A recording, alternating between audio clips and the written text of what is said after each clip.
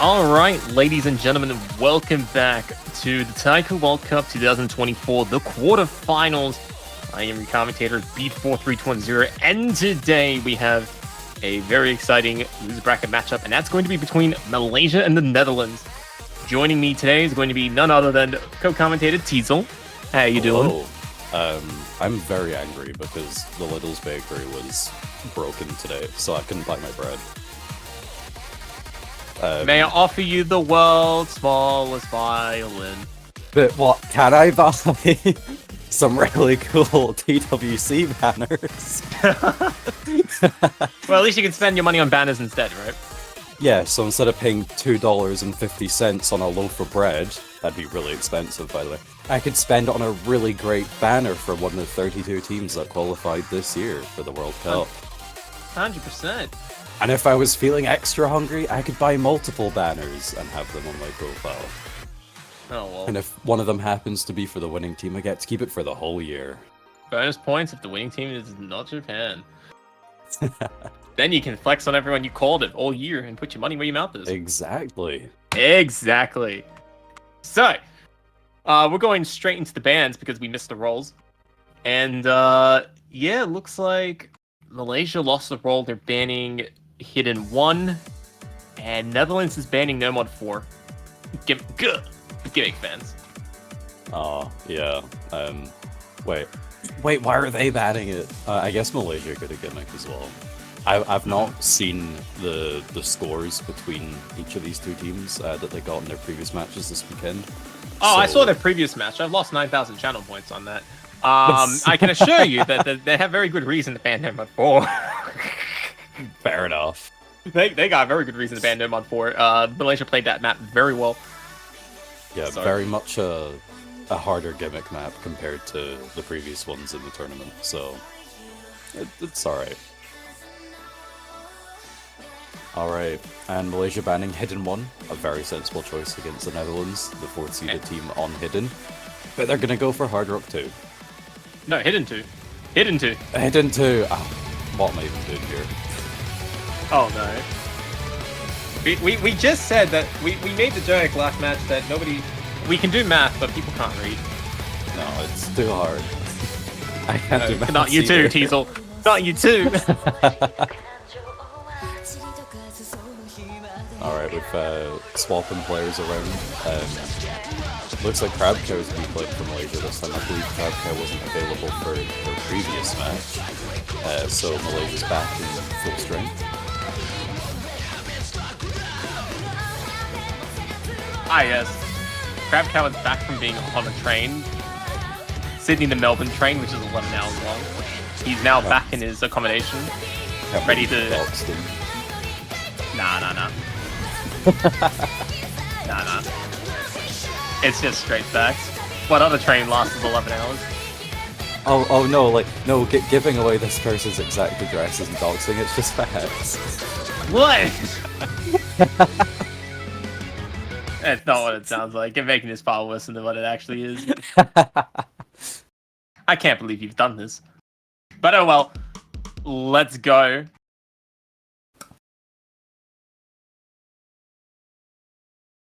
Alright, I imagine this is probably more favored towards the Netherlands. They've also had the opportunity to see the scores from Malaysia, whether they played this or not. Netherlands is gonna naturally be better than this anyway, but Malaysia are gonna be a team taking the early lead. 100%. The intro sections of the streams. You don't have the timing down yet for the start of the match, so very easy to pick up a bunch of words, but everyone's on the full combo, and that's the main thing that matters here. Yeah. Netherlands doing alright so far. They're staying in close distance with the Malaysian side.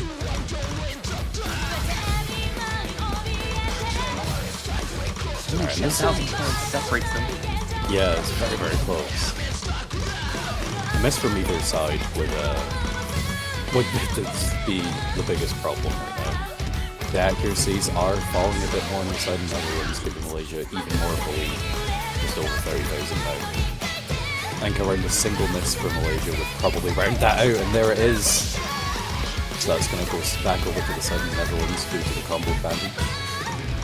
But Malaysia do still have the accuracy lead, yeah. As It's very Yes. Actually holding up the Malaysian side very well for now. And Strikes is picking up a miss. Yeah. So Malaysia really coming out top of that overall. But Cord finding a miss of their own. Unfortunately for the Netherlands, the accuracies are just too far behind in order to properly catch up, but it's going to help. Oh, another miss. They're not big misses, very clean. Cord is still over 99. Oh, and that is not a clean miss, that is an entire screen.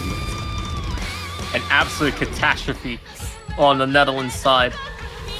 Yeah, unfortunately that goes from a lead of 30,000 to 140,000 for the Netherlands. Netherlands not off to a great start. It looks like they're not going to be winning their first pick here.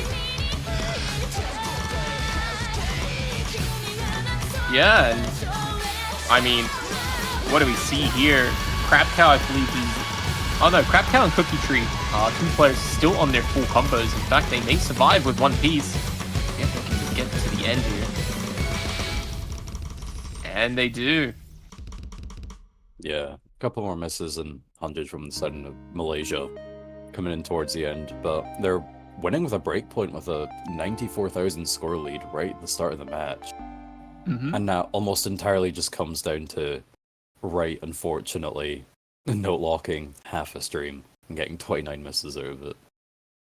Look, it happens, especially in hidden. But Crab Cow 27-100, actually no, 30-100s, and Cookie Tree 15-100s, both of them getting full combos. Absolutely top scores between them two. Yeah, even though Cord and Henry both had misses, their 100 count and their overall accuracy was very, very strong as well.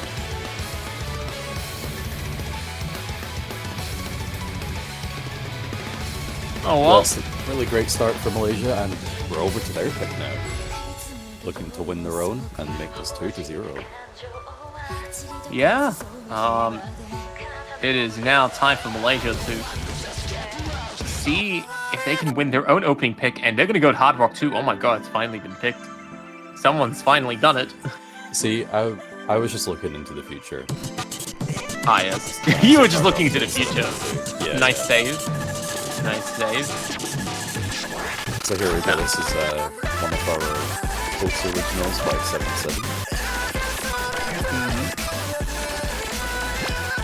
77, a long time player, mapper, composer, and of course, featured artist.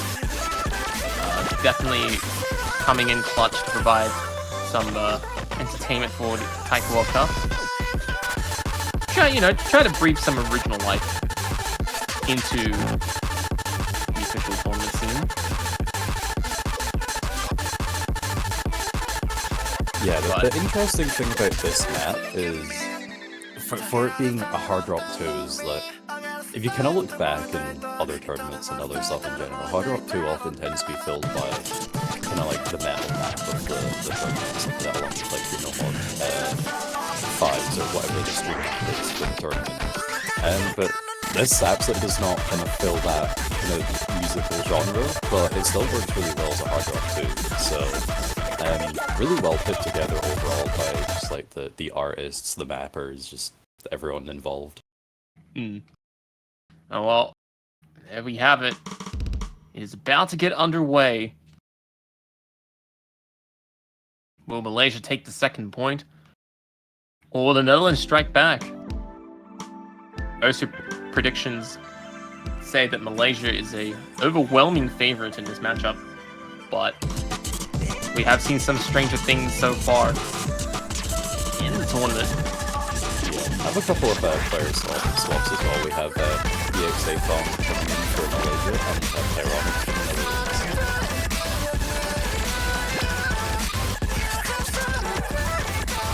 This map is 210 BPM, which is already pretty fast for hard rock, but it also has a bit of SP stuff going on as well, just to make it that extra bit harder for the quarterfinals. And so far, Malaysia are kind of coming up on top due to the accuracy. Everyone's on the full combo, but here's the first big screens. Oh, but Cord picking up a huge drop. And that's going to give Netherlands a 30,000 lead. And it's a very good one too at that. Yeah, almost completely mirroring exactly what we saw in Hidden.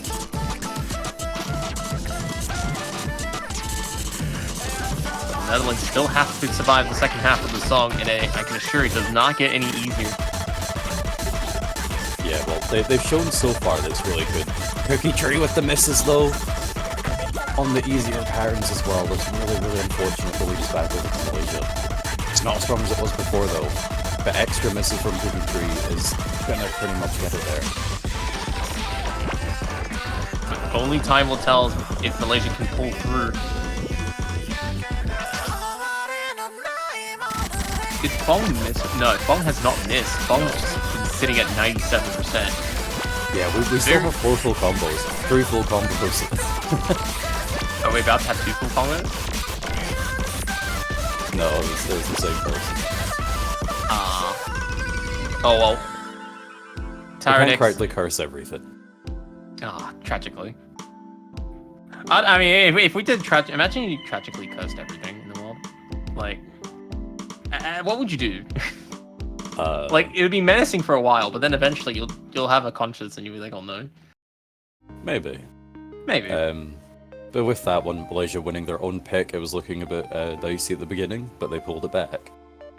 Scored to 57,000, making this 2-0, and we're back over to the Netherlands looking to get a point on the board with their own pick.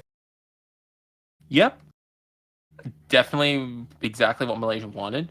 A little bit scary for a while, but when Cord picked up a huge chain miss, but they brought it back and did it very cleanly with performances that you would expect. Some really good accuracies overall. Crowdcow with only 17,100 full combo. So, Netherlands going for no mod 5. Oh boy. Alright, the metal map is here. This one has very long streams. It's an older Frugal map, very typical of the older kind of Frugal mapping style, but it fits in pretty well here. The speed isn't too bad, 191.2. It's more just about the patterning and the stamina rather than the speed of the reading or anything else. So yeah, 4 minutes of heavy streams. Can Netherlands clutch a point? Well, I do look over at the side of Netherlands, and I see Cookie Tree right there. Someone who absolutely thrives on the stream picks. You know, like, I can't necessarily say for any other player in the Netherlands, like, they all have their own skill sets, but Cookie Tree just really stands out as an incredible stream player. Often really high on the leaderboards of the crazy long marathon maps as well, of these kind of styles, so...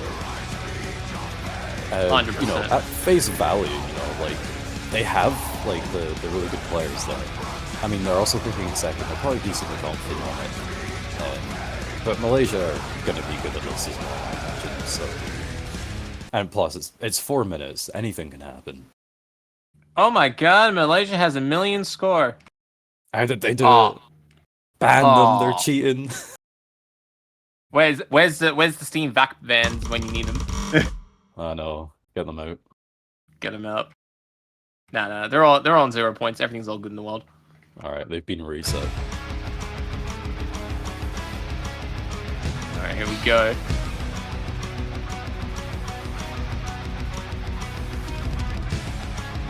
Cord? Okay. Hello? It's tactical misses, so you don't get missed towards the end.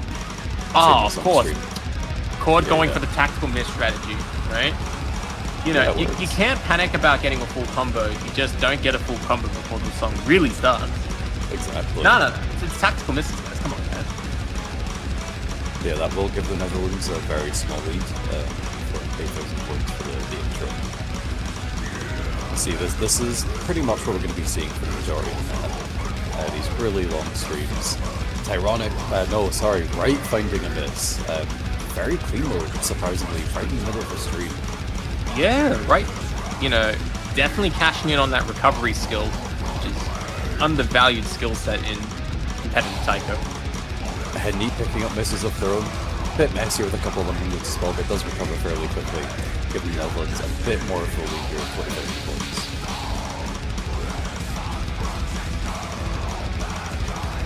And as I was talking about Cookie Tree, we see them a third of the way into the map still holding on to the perfect score. What? Oh wow, Fong picking up their own misses, leaving Cord with kind of almost the only full combo for Malaysia. Tyronic's dropping theirs as well, so Cookie Tree is the only true full combo left in this lobby. And not only that, it's still a double X. Yeah, but Tyronic's definitely getting 1,000 combo will help the Netherlands side. Especially because Cookie Tree is just carrying the team. Tyronic's does have a little bit of room to play with. Yeah, the overall, the accuracies in the side of Netherlands are just way higher than on Malaysia as well. Oh, and some more misses from Fong. That score lead's going up to around 40,000 now. And probably extend a bit further just due to the combo advantage that Netherlands has now. Cookie Tree, what was that? No! The Can-10 section. You always gotta worry about the Can-10 section. Yeah. Nah. Nobody is ever stable at times like these. Yeah, the slow parts are the hardest ones. Yeah, of course. The case. Because everyone knows how to play them. It's Nuzus. No way, you never forget the basics, guys. Never forget the basics. The harder part is just the mental battle. Yes. But yeah, no full combos left. The accuracy is still very much in favor of the Netherlands, so... It could very well be that it lags.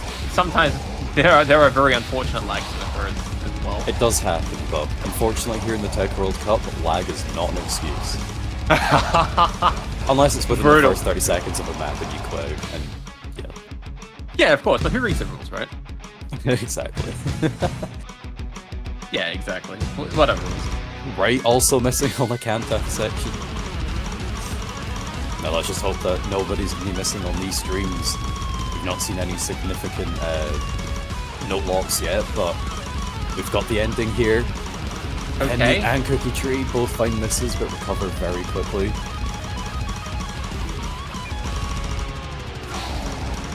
Okay, 20,000 points. It's about to come to the end. Right, Tyronic's, Cookie Tree, all three of them trying to get away, but Fong's making it incredibly easy to do so. This is it, the last major stream. And Netherlands defend and get a point on the board.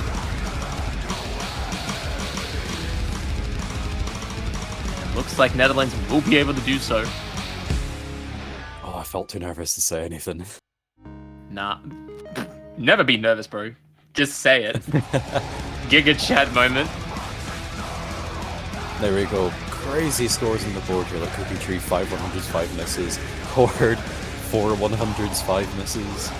Like 11 100s, 4 misses from Right, 11 100s, 6 misses from Tyronic. Only 21 100s, 6 misses from Henny as well. Unfortunately, didn't see the other score. Maybe we can get the lobby pulled up, but those are all, like, the accuracies are so high. And no one's getting crazy amounts of misses either. Yeah, it's just small things here and there that separate the players apart, especially when it's only just, like 2-3 sections in total. Once again, the recovery ability of these players to pick themselves back up after slipping up. Skill set in on itself that can pay big dividends on maps like these. Yeah, Fong getting 54 100s and 9 misses, which, you know, compared to the rest of the lobby, struggling a bit more on the accuracy side, but, you know, still not far away from the full combo, and that's a really long map as well. It's like over 2,000, it's around 2,500 combo, I think, total, so 50 100s total is still really, really good. Yeah, 100%. So, Malaysia witnessing Netherlands defend their own pick, and on a scary pick at that too. Will it make them run away to the modded side of the pools? And it looks like it will. Running to the popular choice of Raise Your Hands, which has it not been picked on a match all week? Oh, so this one's been super popular then. What is this speed method where everyone's just good at double tap? I mean, there is a wee bit of a difference between just the speed meta and double time, because double time comes with the added bonus of the really high OD.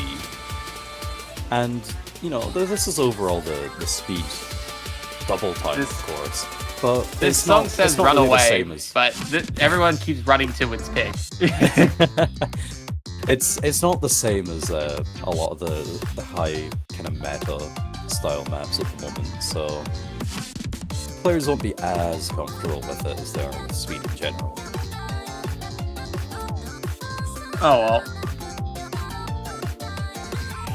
Let's see. Crab Cow Cord. Waiting on Malaysia third. Wonder who it will be. Cookie Tree right and Tyrannix all standing on the ready.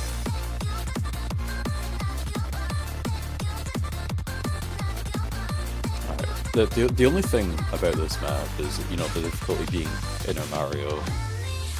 Where's Inner Luigi? We had Mario and Luigi last week in the hidden. So it's what happened? Isn't it lore in Nintendo that Luigi died? What? Is it? Isn't it? Oh, I have no idea. There was Either that or I've been room for baited from one, like. there was only room for one brother. 100%. 100%. I have no idea. Maybe that's why it's in a Mario. After all. Yeah. Luigi's been removed from the picture. Alright, but here we... That's true. Alright, here we go. Oh, miss from Fong right at the end of the intro stream. Yeah. Early miss by Fong, but definitely early days. Accuracy-wise, Fong's actually still outperforming Tyrannix, so definitely a lot to play for. And it's for that very reason why the Netherlands are struggling to get away. It doesn't matter though that they have the lead. Even if they only win by 1 point, they still get the point. And they really, really need to earn a break point after their first pick. Malaysia taking that one. So just them being in the lead on their pick halfway through the map is a really, really strong position to be in. And here we go, halfway through. Netherlands having a 30,000 advantage. This could start to spice up the match a little bit. Yeah, what's gonna matter most is the players inside Netherlands keeping the full combos through the KI. Yeah, they're dropping some accuracy. I can't even pin the player that's dropping the accuracy. But Malaysia's clawed back like 6,000 points out of nowhere. Cookie Tree though, 99.7% accuracy. Crab Cow not far behind on 99.4 as well. Cord 99.4 as well. Fongo, unfortunately finding misses towards the end. Yeah, Fong having a huge trip. Dropping down to 96%. And that's going to allow Netherlands to get the breakpoint. Yeah, they've recovered it. Unless something catastrophic happens here, but I doubt it. There we go. The scores are in. We're back at 2 apiece. And immediately everyone started getting serious. A lot of channel points have been thrown on the Malaysian side. Yeah. I'm pretty sure the pick'ems are a similar kind of situation. For context, 80% in favor. A million points have been... A million Osu coins is currently behind Malaysia. Netherlands, only 24k. It's it's an implied odds of about 40-1, and it's 2-2. Anyone with a brain will know that a 2-2 is not a 40-1 underdog. Mm-hmm. I myself, I didn't bet any Osu coins because gambling's very bad. Don't gamble. Unless it's Osu coins. Oh no, not even that. Very bad. It's the gateway into real gambling, and you will lose all your money. But yeah, I've myself put Malaysia as winning in the Hello Watcher pickings, but I've put it as 6-4. Like, I think the Netherlands still has potential to get a couple of points at this, but I personally see Malaysia winning overall. So that might be the case for a lot of the other people that have bet all of their horribly bet all of their O2 coins on Malaysia here. Alright, well, let's see. How can Netherlands build up some momentum here? And it looks like they're going to go with Fremont too.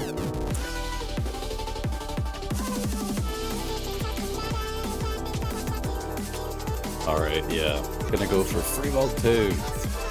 Seems like they're pretty much sticking with the bangers only. But that's really easy to do when half the pool is made up of them.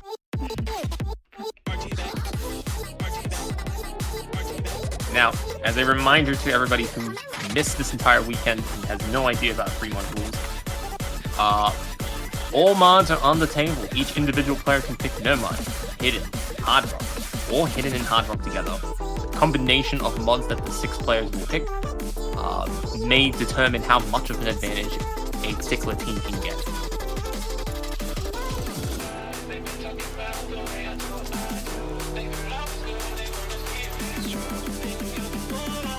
So, I just flipped the coin to completely decide my personality on whether I think gambling is good or not, and it landed on tails, and I said tails in my head.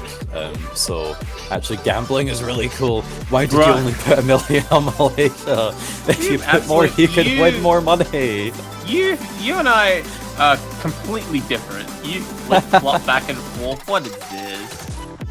How can me and you finish this? My actual stance is I actually really enjoy gambling. Okay. Right. Just responsibilities is important. I just don't know how much let's see how much of a gamble these players are willing to throw on their mods and their mod picks, because of course, never forget, you can go for those bigger mods with hidden hard rock, but you better have the skill to back it up, as if you buy more than you can chew, it's not going to go very well for your score account. Malaysia's going to be the one taking more mods overall. They have 5 total. They have 2 hidden hard rocks and 1 hard rock, that hard rock being a core. And the Netherlands playing a bit safer with 4 mods total, right on the hidden hard rock, Pikachu on the hidden, and Tyranids on the hard rock. Alright, well, here we go. Tyranids with the early miss.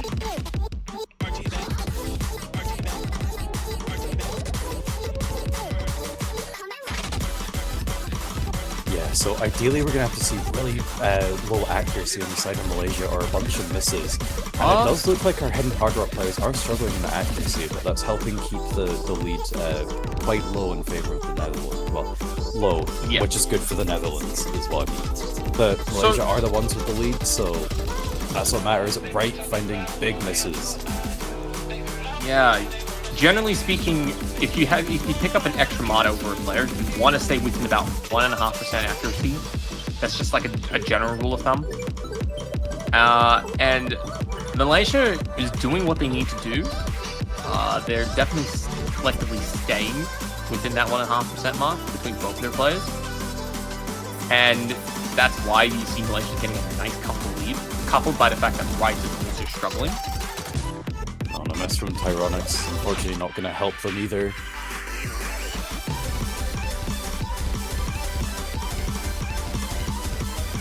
Yeah, score lead of around 60,000 is going to be pretty difficult to make up with only a third of the map left to go.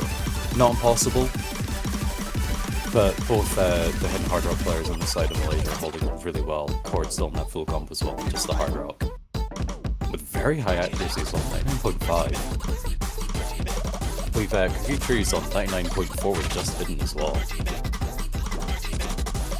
Yeah, and Vaughn picking up a small miss, but it's not going to change the end result. At this rate, maybe there'll be more. Oh, but Vaughn picking up a lot more misses now. Yeah, that score has shrunk a lot. It's around 20,000 now. There's only a slither of map left to go. Crab Cow finding misses. The score's not changing enough though. It's going down, but on the outro. No. If Cookie Tree had held on, maybe that would have been a bit of a spicy finish. Oh, I didn't see that miss. Yeah, I saw, and... Oh, they actually missed on the same note. Wow. Wow, Cord being the only player to keep the full combo right to the end. 9 100s total. Easily the best score out of every player in this lobby. Really, really well done. But overall, everyone doing really well. You know, the worst miscount being only 6. Yeah. But that is another break point given over to Malaysia. Now, you know, the Netherlands have earned 1 break point back so far, but it's going to be a bit more difficult to pick up that second, I think. Wow. Both of these teams are giving it their all.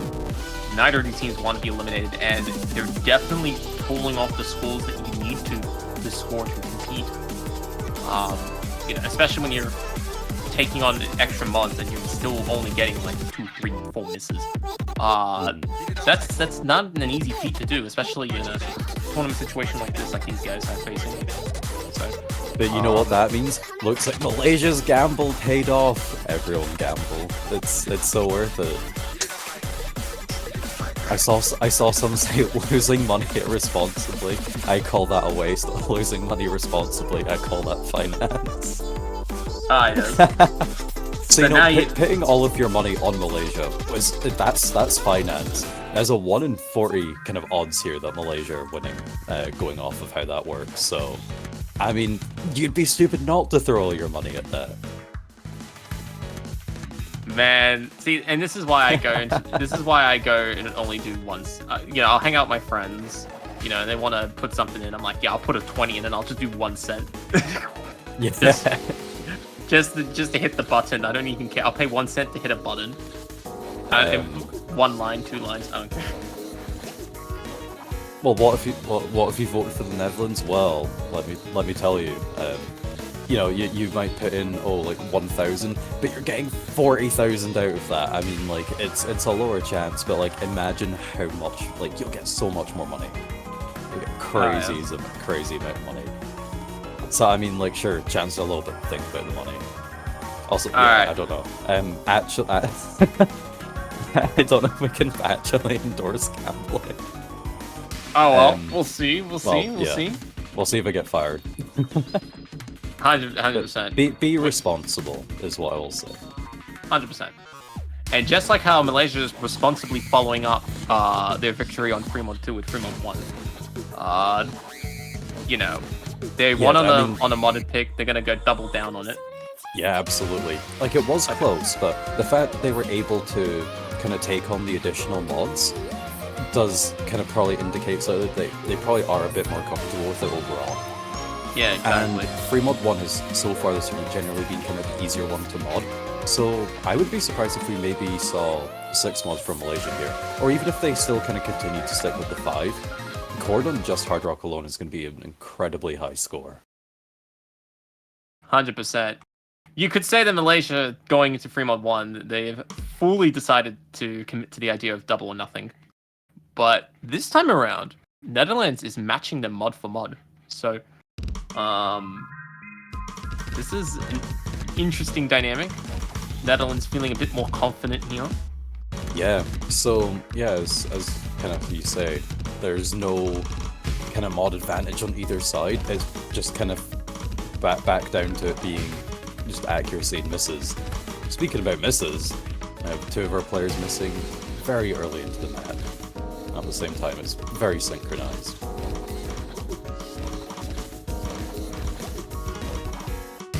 Oh, but Hannah picking up another miss. When the mods are evened out between both teams, you don't get that extra luxury of accuracy. This is a really short map as well, only 2 minutes. We're already a third of the way through it. Netherlands in the lead on Malaysia's pick. Are we going to be seeing another breakpoint? Hey, it could happen. Quad doing a very good job battling Tyranics, but Cookie Tree and Crab Cow, for the most part, are cancelling each other out. It's just Hennet just not being able to keep up with Wright. Biggest difference. Yeah, Hennet's getting the misses, but Wright's getting the lower accuracy. That's the big difference here.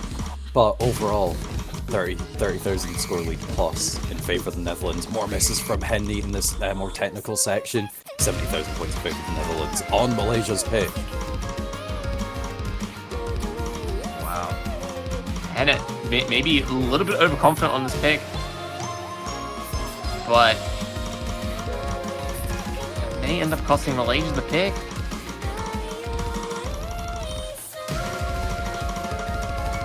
Yeah, we've got some stream patterns here, but overall fairly simplistic. Crab Cow's gonna be the one missing. Penny picking up some more misses. Yeah, over 130,000 scoring for the Netherlands. We're gonna have to see all 3 players missing. Right fine. about, Only 2 of them missed. Right about this. I was gonna say we need all 3 players to just kind of stop playing for potentially that to come back, but fortunately that wasn't the case. And yeah, Netherlands got their breakpoint back. Netherlands fans are getting very excited. Is sitting here thinking 3-3. This is already worth the risk. Cord once again with a really nice full combo. 1,045,000, 11,100s total on that Hard Rock. And it's like Right and Cookie Tree both only 1 miss on the hidden Hard Rock. Crab Cow not far behind with only 3. Wow. Well, here we are. Up next, it is. Wow. Okay, it is up to Netherlands to try and take control of the match. Both of these teams have been going back at and forth. No one winning on their own choices all of a sudden for the last couple of rounds. So, really, this is starting to turn to a battle where the teams are just like, no, you go in first. No, you go in first. You go in front. Yeah, pretty much. Someone has to no longer be polite. They need to crush the team with brutal efficiency. Yeah, it's like oh no, like you go, and it's like no, you go. It's like, all right then. I'm not gonna stand. I don't have the time to stand there all day. Like no, you. Someone's got to take the lead here. Everyone is hoping that it's going to be Malaysia, but the Netherlands absolutely have that potential as well. But maybe not the 3% that back the Netherlands. The 3% are just sitting there licking their lips. They're like, yes, come on, Netherlands, baby. And Netherlands are going to go to no more than 1. This is a good choice. I like it. They've been having a little bit of fun in the modded pools, but they want to bring it back a little bit. You know, they did well on No Mod 5. You know, does that mean that they'll have a bit of an advantage in No Mod? That remains to be seen. Yeah, that's the thing. The mods have been so kind of flip-flop between each team. So many breakpoints overall, so yeah, let's see how the players can stabilize a bit more with just plain old No Mod.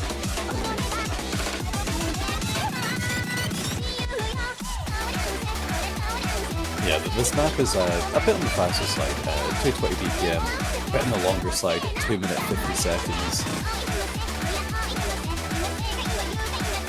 Yeah, fantastic Turenes, 2 minutes and 50 seconds, 220 BPM. Not necessarily the most normal map you would find in No Mod 1. There's definitely a couple of spicier tricks that exist. Yeah, I think the one of the big main kind of standouts of this map is if I remember correctly, it's quite 1-6 heavy, so that's going to be a pretty important factor here. But yeah. 1-6 used to be the meta. So depending how long these players have been around the game, they should either be really, really confident on it or maybe a bit shaky on it. Nah, speed meta. 2024 strats. Oh well, let's see. This has been a map that's been quite avoided by a lot of the top teams for good reason. Bond's slipping at the start. Yeah, early days, tactical missing. Yeah, Tyron's also the tactical mids.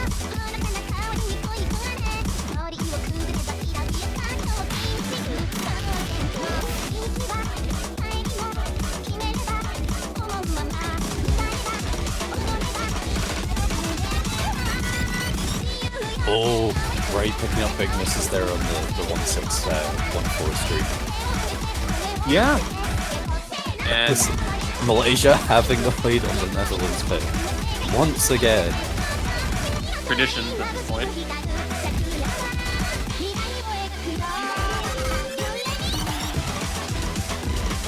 Definitely tradition. Tyranic, struggling a little bit there, giving Malaysia just that little bit of boost.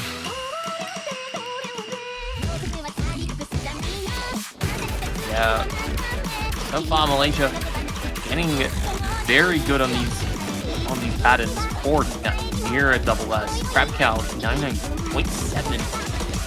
Cookie Tree trying to offset that, but teammates struggling a little bit, and now Cookie Tree's also struggling as well. Yeah, it looks like Malaysia are really coming out on top on this one, yeah. Just a lot more comfortable in these 1-6 patterns. And with a really comfortable score of 100,000, it's going to be pretty difficult to lose this one, I think. Yeah, 100k points. I don't think anyone's pulled back from 100k yet.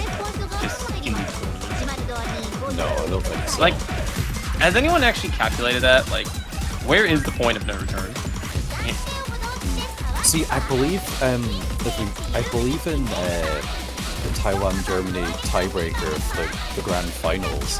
I think Germany were in the lead by like a crazy amount of score, like until the final KI, and then that kind of it started falling apart a little bit for them, unfortunately.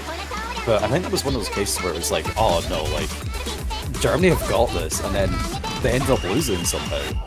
So it's never over until it's over.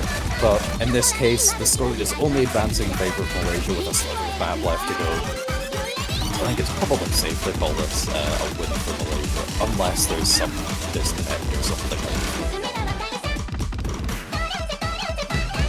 Yeah, and Malaysia once again upsetting the breakpoints. And it's now 4-3 with Malaysia to try and solidify a lead. Which Crab Cow and Cord getting the exact same score. Oh, both with you the could 8 rate that an S for consistency. Absolutely, yeah. 1 miss in total for the whole of Team Malaysia on that map. That was unfortunately wasn't a great pick for the Netherlands, but you know, they've won back 2 breakpoints already. What's a third one? 100%.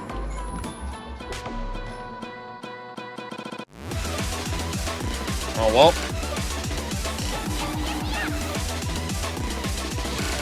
Let's see where Malaysia will go from here. I do have a couple of choices, but not too many in a pool like this. There's no mod 2, no mod 4, no mod 6 is still open. Oh, okay. They're going with no mod 6. Even though they're visibly complaining. See, I think this kind of makes sense though, because we just witnessed the Netherlands struggle quite a bit on that 220 BPM kind of like 1.6, 1.4 stuff going on. This map is essentially speed tech, which is, if anything, just a bit more of an intense version of No Mod 1, but without all the nice 1.4 sections in between everything. So this is probably a good pick by Malaysia here. I think they're very much in favor to win this one. Yeah, definitely a very confident choice by Malaysia to try and go for it. And look, the reward is there. If they do that, oh man, they're going to be sitting on top of the world, on the verge of the semis. But if they don't, this song and dance of failing to win it, their own pick will just continue evermore. And they'll start to become some very serious consequences.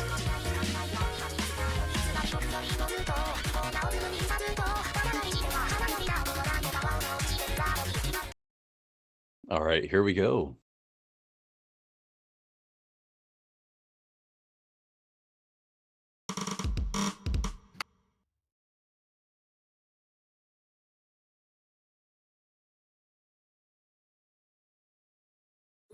Alright, here we go.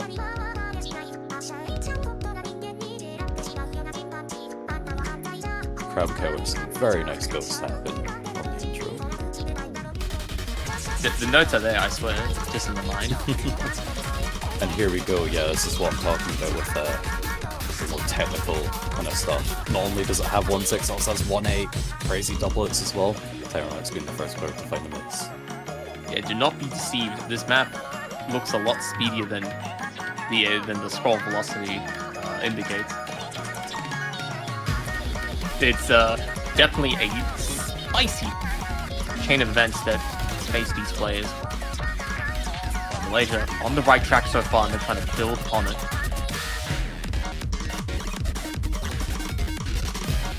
Yeah, here we go, the crazy section. Tyros with another miss.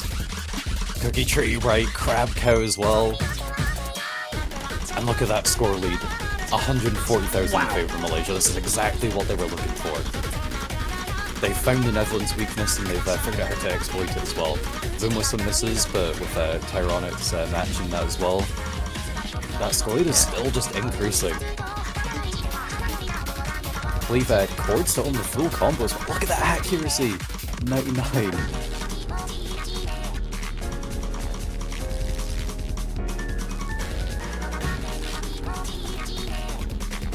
I think this is the first time we've seen the score lead go over 200,000 in this match. Yeah, this is a big situation here for Malaysia. The funky slow section. Coming into this section that is very slow, very funky, very tricky. Cord picking up a miss. But oh, no. At least the pressure's off them, so Malaysia's not going to worry too much. Yeah, I don't think they have to. 200,000 is not really possible to come back from.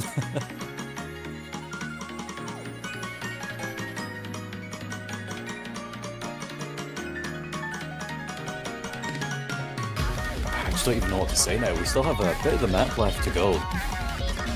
But yeah, everyone in Malaysia is continuing to hold it really, really strong, building up really nice combos. On the side of Netherlands, combos have been built up again thanks to the slower section, but here we have the crazy final section. Cookie Tree missing on the intro. Tyronix, Cord picking up Mrs. Voon. And it is right, just... Crabcow still holding on in that section. Yeah, Crabcow, the only player left with a very high combo. I believe is he still full comboing? I can't. No, I think he missed earlier. Tragic. But still, this is the type of victory that Malaysia wanted. Absolutely. And it wasn't that break point going over the Netherlands, it was Malaysia winning their pick by 278,000 points. It's quite the win there. And what this means as well is that Malaysia has reached match point. So they only need one more win in order to take this match to a tiebreaker. The Netherlands need to win the next 2 maps in a row in order... no, Malaysia need to win 1 map to win the match. Netherlands has to win 2 maps in a row to take it to a tiebreaker to determine who the better team is. Yeah, and the Netherlands are going to start it off on their own pick though. They're left open with No Mod 2, No Mod 3, Hard Rock 1, double... No, they're going to No Mod 3. They're unfazed by losing on speed tech. They're just going to double down and go on speed. Just regular all speed. Makes a lot of sense here, because No Mod 2 is tech anyway. Hard Rock 1 is the techier of the Hard Rocks, and Double Time 1 is the techier Double Time. So this is the only sensible pick for the Netherlands to make, and they've definitely gone for it. We see Cookie Tree subbing out, we're going to see the Netherlands specialist speed players coming in. Yeah, 100%. And Strikesler, guy we have not seen for a couple of maps now, making a return right when Netherlands needs him most. Will this be the change that Netherlands needs to elevate themselves? We will see. Only time will tell.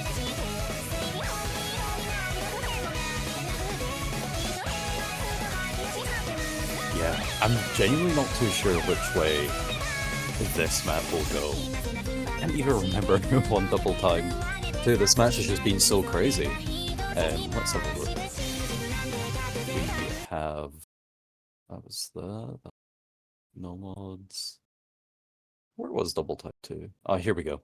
The Netherlands were the team to win Double Time 2 with a score lead of 68,000 points. So on paper, they're the team that are more favored than this one.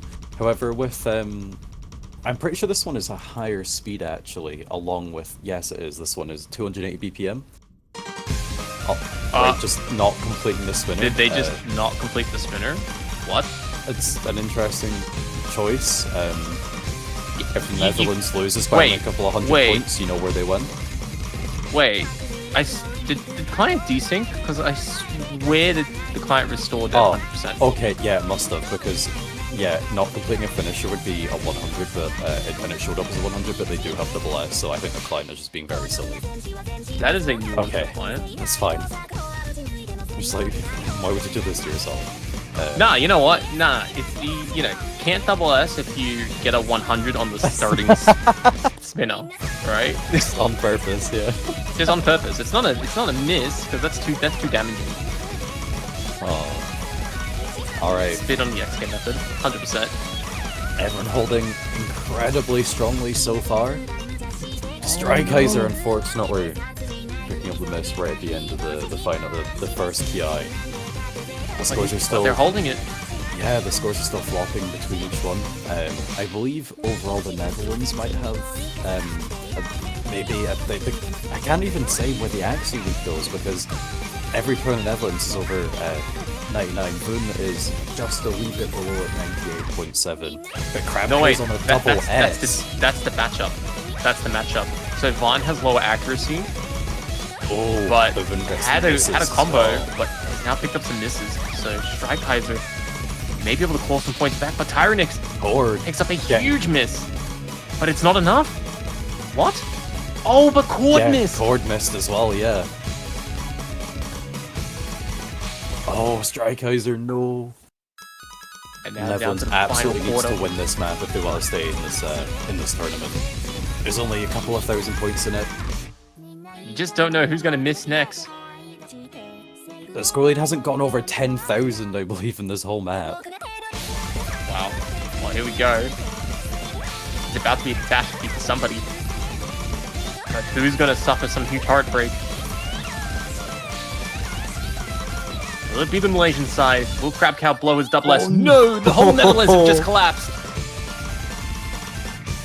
Oh, the final patterns in the KIs catching out players in the Netherlands just a couple too many times. It looks like Malaysia could be taking the win on this map. Yeah, that's it.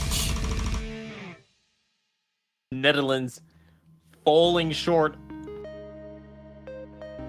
on that map, and as a result, it looks like Malaysia will be winning this match. But Crab Cow won 100, right, with 6 100 FCs. Very good individual performances between the two. And even Vaughn just getting only one miss. It's not too shabby. Yeah, but, everyone playing really well there, but one team does have to come out on top, and that will be Malaysia. They are going to be advancing on to the semi-finals through the losers bracket, and unfortunately that does mean saying goodbye to the Netherlands. They put up a really great fight, causing an upset in the round of 32. So, you know, they've achieved good things here this year, and definitely look forward to seeing them next year, but Malaysia will be seeing them next week, and they'll probably be up against scarier opponents, so I hope they have plenty of rest for the rest of today, and they get practicing really hard starting tomorrow on the semi-finals pool, which will be showcased later today. But before then, we have plenty more matches coming up. I don't have the schedule. No one has the schedule, we can't read. Okay, so we have France versus Poland very, very soon. 6 minutes from now. So you don't really have time to go anywhere. But during that match at 11:30 UTC, we'll have Finland versus Thailand, which is going to be a really exciting match. All of these ones are actually, just looking ahead. Then at 13 UTC, we have Korea versus China. And for the final match of the weekend, I believe. Oh no, I think we also have conditional matches scattered in here as well. Maybe, but we also have the UK versus Taiwan at 14:30 UTC. Surely we have other conditional matches. Yeah, there is. I believe there is a match that's happening at 17:30 UTC. Oh yes, yeah. I think that's happening between France and Poland's conditional. Yeah, I think so the winner of neither that of will them go have- against Argentina, I believe. Yes, because Argentina beat Slovakia and then didn't play anyone else. So yeah, these two Yes. guys are about to start their conditional. So still plenty of good matches coming this weekend. So yeah, stick around. The really exciting stuff is still to come. So see you then. See you then, everybody. As the Yoshi Taiko World Cup 2024 quarterfinals continues.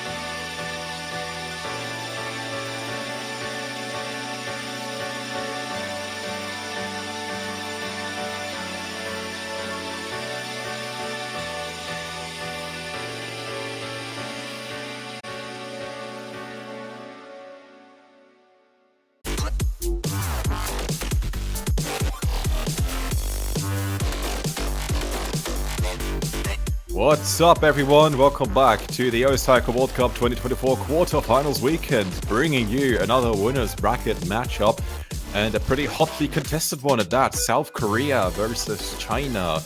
I have some thoughts about this. I will probably spread them as we go through this match. It's going to be pretty interesting. It's probably not going to be as one-sided as many people think it is, but we'll see. I'm always up for surprises. My name is Jukes, and I'm joined by the wonderful N-Wolf. Hello. Hello. How do you feel about this one? I feel torn. I've had a lot of bad pick-em predictions this weekend. One of them, the streak might continue. Like, yes, you, as you said, I think lots of people expect South Korea to win this one. I'm one of the people who don't. I believe in a tiebreaker won by China. So, I'm very interested to see how this match goes. Yeah, I like, it depends, in my opinion, mostly on how much practice South Korea has put into this week's match. Because last week versus the Netherlands, they might have won 5-0, but the Netherlands put up a really good fight, and South Korea lost quite a bit of score on picks where they shouldn't. And I remember one of the South Korean players definitely has a lot of respect for China as an opponent at this stage, and China is a force to be reckoned with. We'll see about that. We'll see if South Korea has gotten the hint that, you know, not every match from this point forward is going to be a walk in the park. We're going to start off with China's ban, Hard Rock 2. You're banning the custom. Damn. It's sad. And very sad. South Korea is banning No Mod 4. Oh. So, that's another fan favorite gone for this week. Wow. A rough start to the match. I'm no longer excited. These bands are unhappy. Where are the hidden one bands? These bands do not spark joy. Oh well. I mean, I guess not every match can be a, like, straight up hidden one ban. Like, it's been pretty much every match except for Brazil-US, where they actually did play hidden one, as I found out. But still, come on. We've had Mod 4, Hard Rock 2. I think we've had 4 matches today. Mostly during the night for us Europeans, where they played Hidden One. And I was surprised to find out when I woke up. And like, Hidden One was played. Hidden One was the first pick. Hidden One was played. Like, it was definitely Really? played between Japan and Chile as well. And another match. What was the other? No, we didn't have another winners bracket one. But was the 2? But what was another? I know for a fact Hidden One is played more this weekend than it has been played in the other 2 weekends so far, which was 2 times each. Everyone's having fun when the Europeans are sleeping. That's sad. I know, right? Man. Like, Europeans are awake. Time to ban Hidden One. Time to ignore Double Time One. Well, not this time. This time, Hidden One's not banned. Double Time One is the opening pick. A map we haven't seen a lot either, because it's really hard, and I don't think people like to pick those if they can avoid it. Yeah. Also, you only got like about 1 or 2 minutes left to gamble all of your OS coins for your predictions. Currently, South Korea is in the lead by, I'd say, around about 80%, 85%, if I'm saying that correctly. Get your points in if you like gambling. If you don't, still put them in because gambling is fun. This has not been endorsed by the OS World Cup staff. This is just my personal opinion. I would like to make that very clear. I do not condone gambling at all. I just like to have fun with virtual currencies. That's all there is to it. You can have as much fun as you want with stuff that doesn't matter, such as channel points. Yeah. There's no like real life currency behind this. You're fine. Gamble smarter, not harder. Exactly. That's what it is all about. All right. First pick from South Korea, DT1, as you said, one that we haven't seen that many times, but definitely a very apt opening pick for a high skill ceiling matchup like South Korea versus China. And we're going to be watching out, especially for combinations like we just had, which combines, I think, 1-8, 1-3, and 1-4, which is an interesting combination of snaps alongside the bass solo slowdown offbeat section after the first chorus, which will get someone's accuracy down a little bit.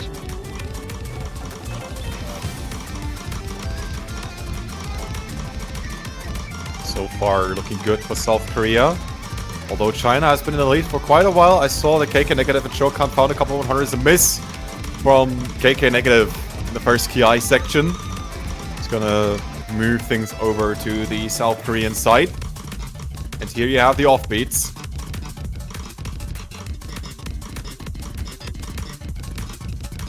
Lovely dense patterns. Love to see those.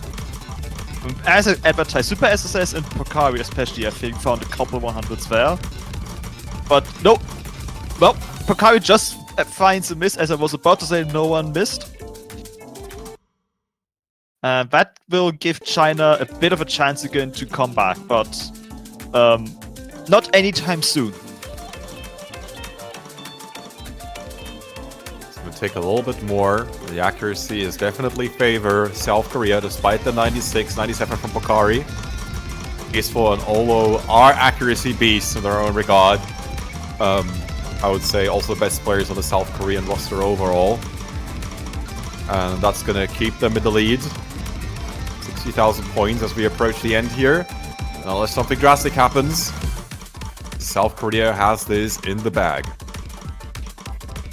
Yeah, don't think there's really anything left in the map that could cause a catastrophe, so a really good opening pick for South Korea here. China finding another miss, so yeah. This is definitely over. Peaceful, not finding a lot of 100s in this map in general. It looks like 5. That's a peaceful score. That's a peaceful score if I've ever seen one. 5 100s. The next best score is Olo with 32 100s. There is a 27 100 gap between Peaceful and everyone else in the lobby. That is insane. Now, it's China time to respond and get a point of about themselves, and they instantly pick 3-1. Ooh. The techie orientated 3-mod pick. And with this being the slightly mod-friendlier pick of the two, I'm expecting nothing less than 6 mods versus 6 mods. Yeah, I would be shocked if anything else happened. Like, China is technically the underdog here, being 6th seed compared to 3rd seed from South Korea. And if this is their opening pick, you know they've been practicing. You know that they can pull up the 3 hidden hard rocks, but so can South Korea. Yeah, There's no point for South Korea to go with 5 mods and play it safe. They have what it takes. They have the manpower to overtake South Korea on their own pick.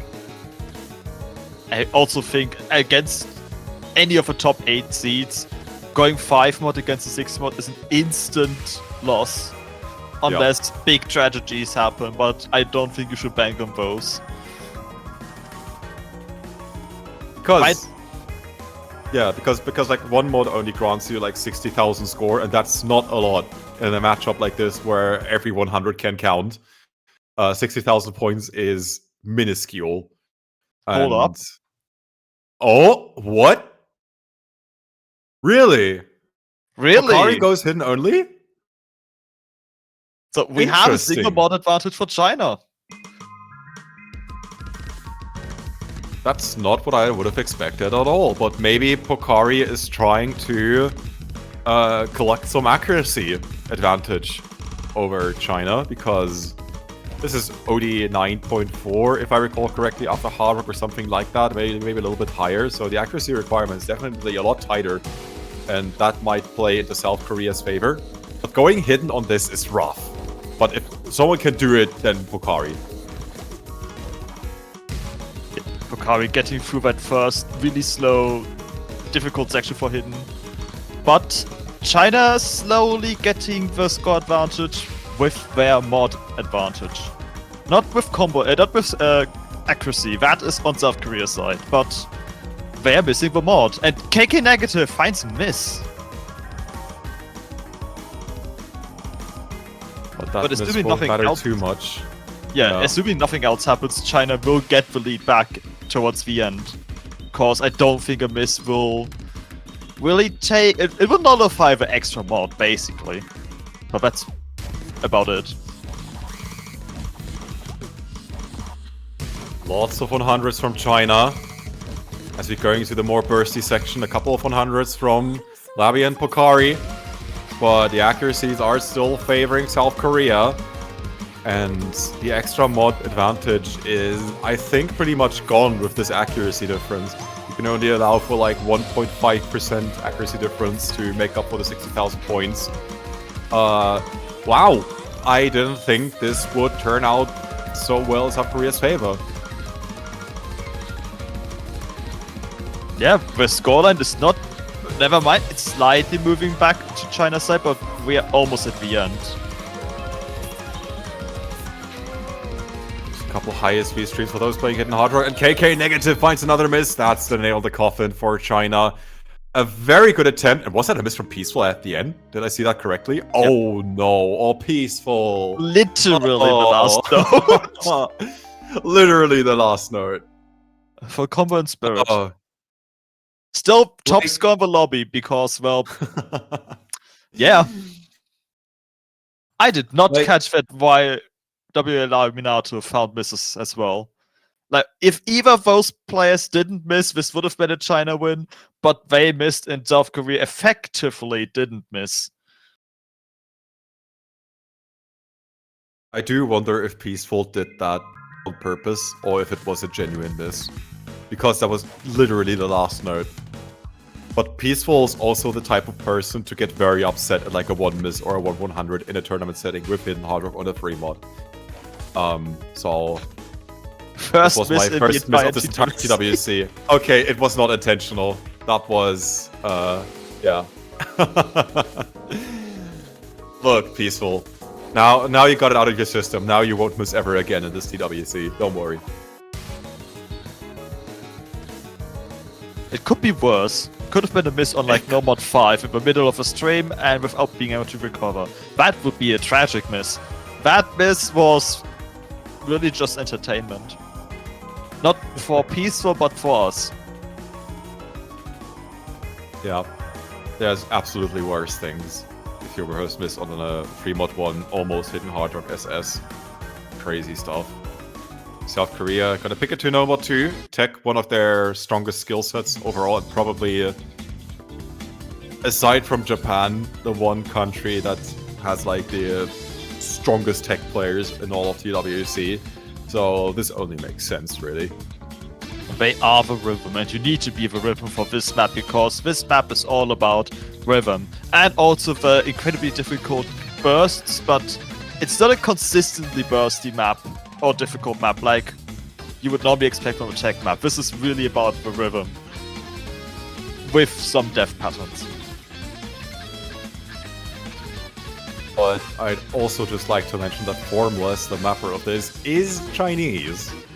So maybe that's a bit of a statement, you know? Maybe there's also a little secret message in there. I think us as Germans would know that this doesn't always apply, unfortunately. I'm so sad that we didn't even get to see Germany on Nomad 4 this weekend. That never happened. But Nomad 4 was also not from New, right? That was from Nostormu and... David Min. Oh, David, yeah. Yeah, that would make sense why they didn't pick Nomad 4. Yeah, it wasn't a Mew map, so no German map above.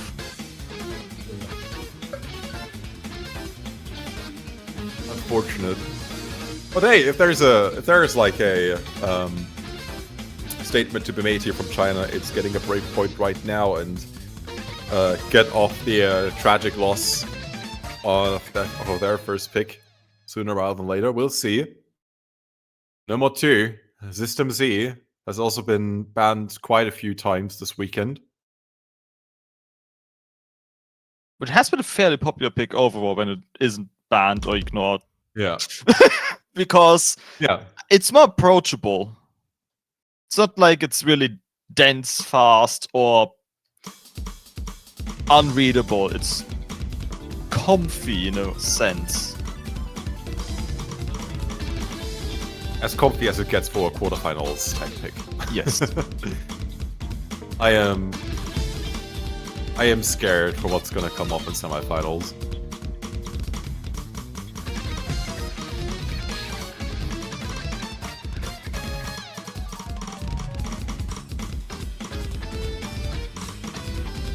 So far, China playing it pretty well. Having the Chinese mapper picked against them. Super SS dropping a little bit on these bursts, on these 1-6. Down to 98, which is going to give a slight edge to South Korea. But given that there is something in the water in South Korea that makes pretty much every South Korean player a human metronome, I am not too sure if they can really bank on any misses from South Korea, although it could still make a difference. It is impressive that we haven't seen any misses yet, though. And these are just insane performances across the board.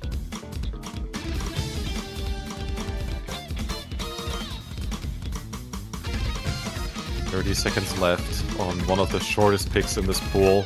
Pokari finds a miss. Olo finds a miss! Sorry, Pokari found the 100, but that's the miss from Olo. He's gonna swing back to China, but they can't really afford any extra 100s. Out of all the picks where I would have thought it would flicker, I didn't think it would be Normal 2. It's briefly going over to China. Maybe a couple more 100s for South Korea to settle the deal, but no, China at the end drops accuracy. Oh, that is...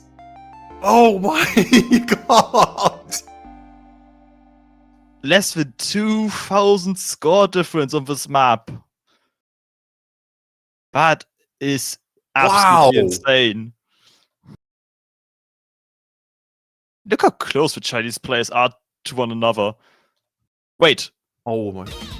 I saw some finishers not being played according to the score. It was a finish difference on top of everything else. Oh no. Oh no.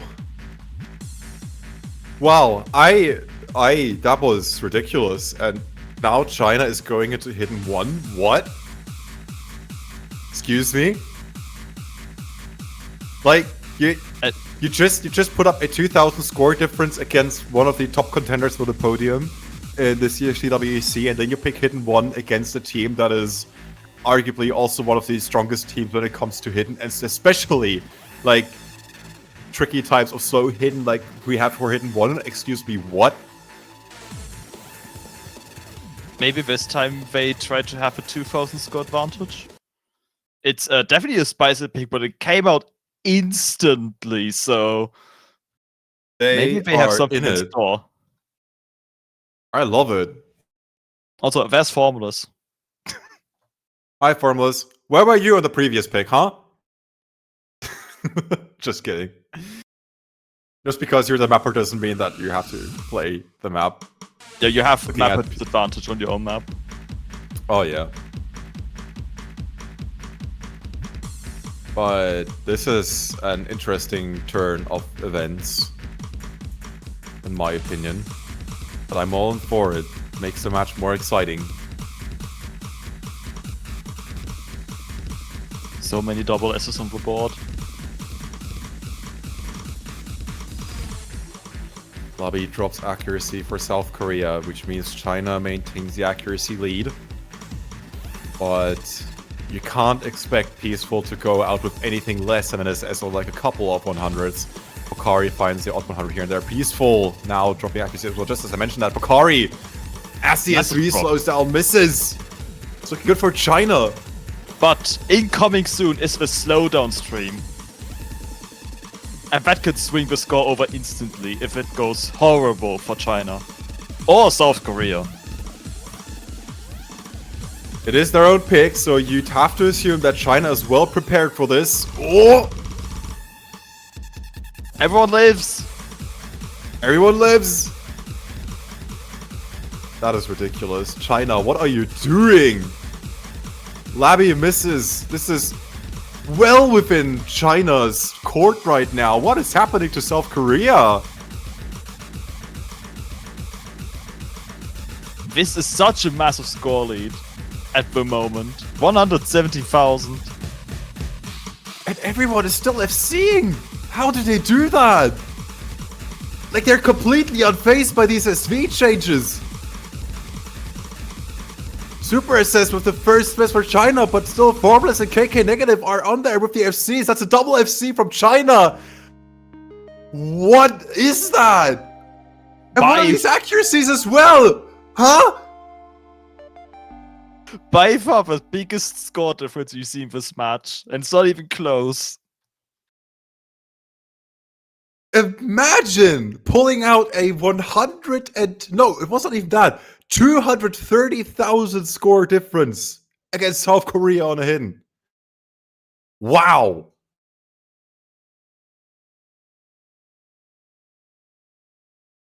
Man, this Chinese roster is good. Yes, if only Hidden 2 was like last week, and... Well, now it's a speed Hidden.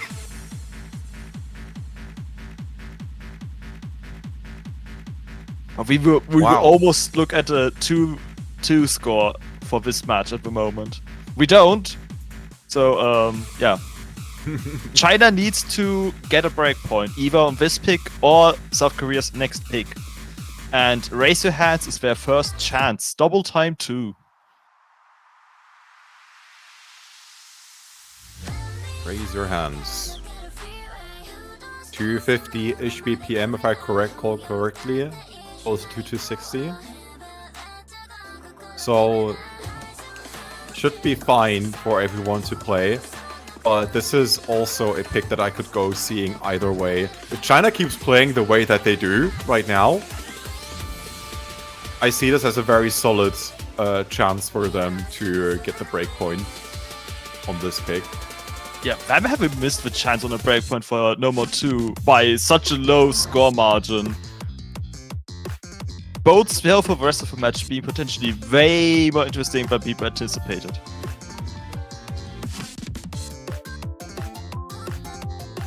Shokan, Super SS, and Minato for China. First time I think we've seen Minato in this matchup. And once again, Peaceful, Lavi, and Olo for South Korea.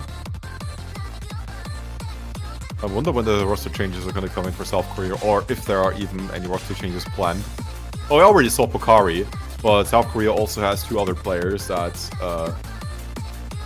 yeah, might come in with the more specialty type picks if this match keeps on going like it is right now.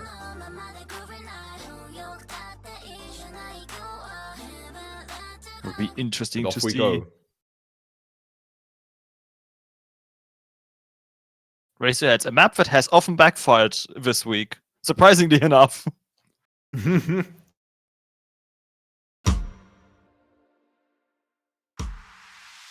will see. China has a decent shot at this.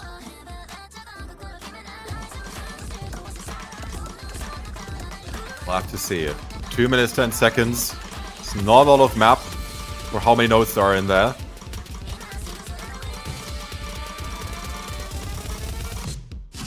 Big streams, everyone nails that just fine. Minato misses right after the miss stream. Oh, that's unfortunate. All the trades. All the trades. Wow, alright. You're supposed to miss on the heart the stream. They read the script wrong. South Korea does have the lead still, with their accuracy being quite a bit ahead. Shokan struggling to hold the 99% and they missed! Down to a 97. As you say, that tanked quite a bit of accuracy. As we go into the second half, Shokan, Minato. This map has just gone way out of reach for China, as is currently. It's not over yet, but it might. Everyone hits the stream again.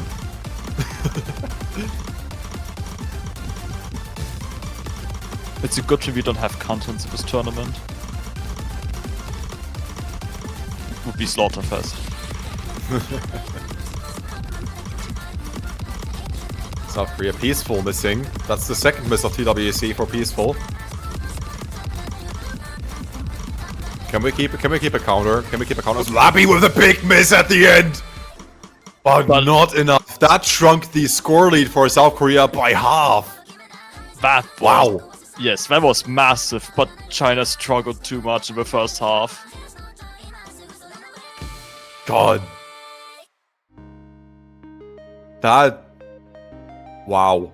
I don't know what's going up with South Korea, I'll be honest. Super Like, these are good only for scores. combo. Like, don't get me wrong, South Korea is playing really well. Like, 3, 4, 100s each on the DT, where, like, getting accuracy at all like that is super hard to do. It's great. But China is just locked in on this one. But they need more to get the breakpoint. They need to hold. Yep. The openings are there, they just need to be able to take them. Now, it's going to be interesting. Will China just go, okay, 3-2? Oh, China, you're messing with my head. Will the triple hidden hard rock pay off this time? Will they go triple hidden hard rock again this time? We see 3-1 go a little bit wrong.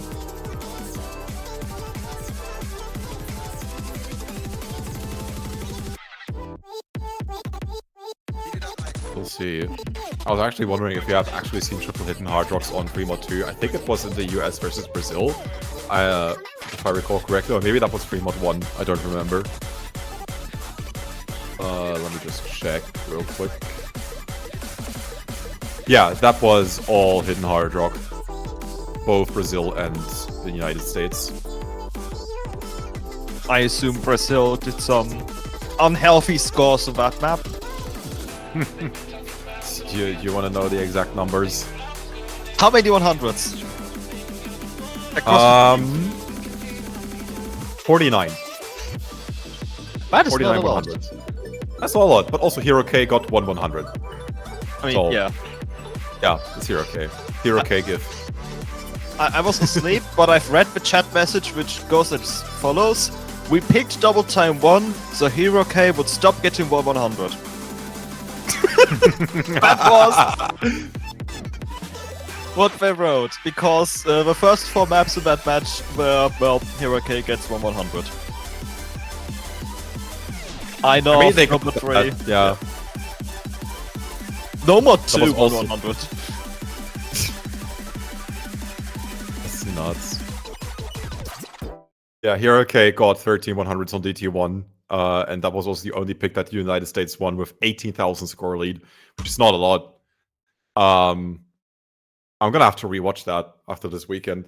It looks like a nuts match to follow. But anyway, We have 12 mods. oh my god. Jonah is coming in for South Korea.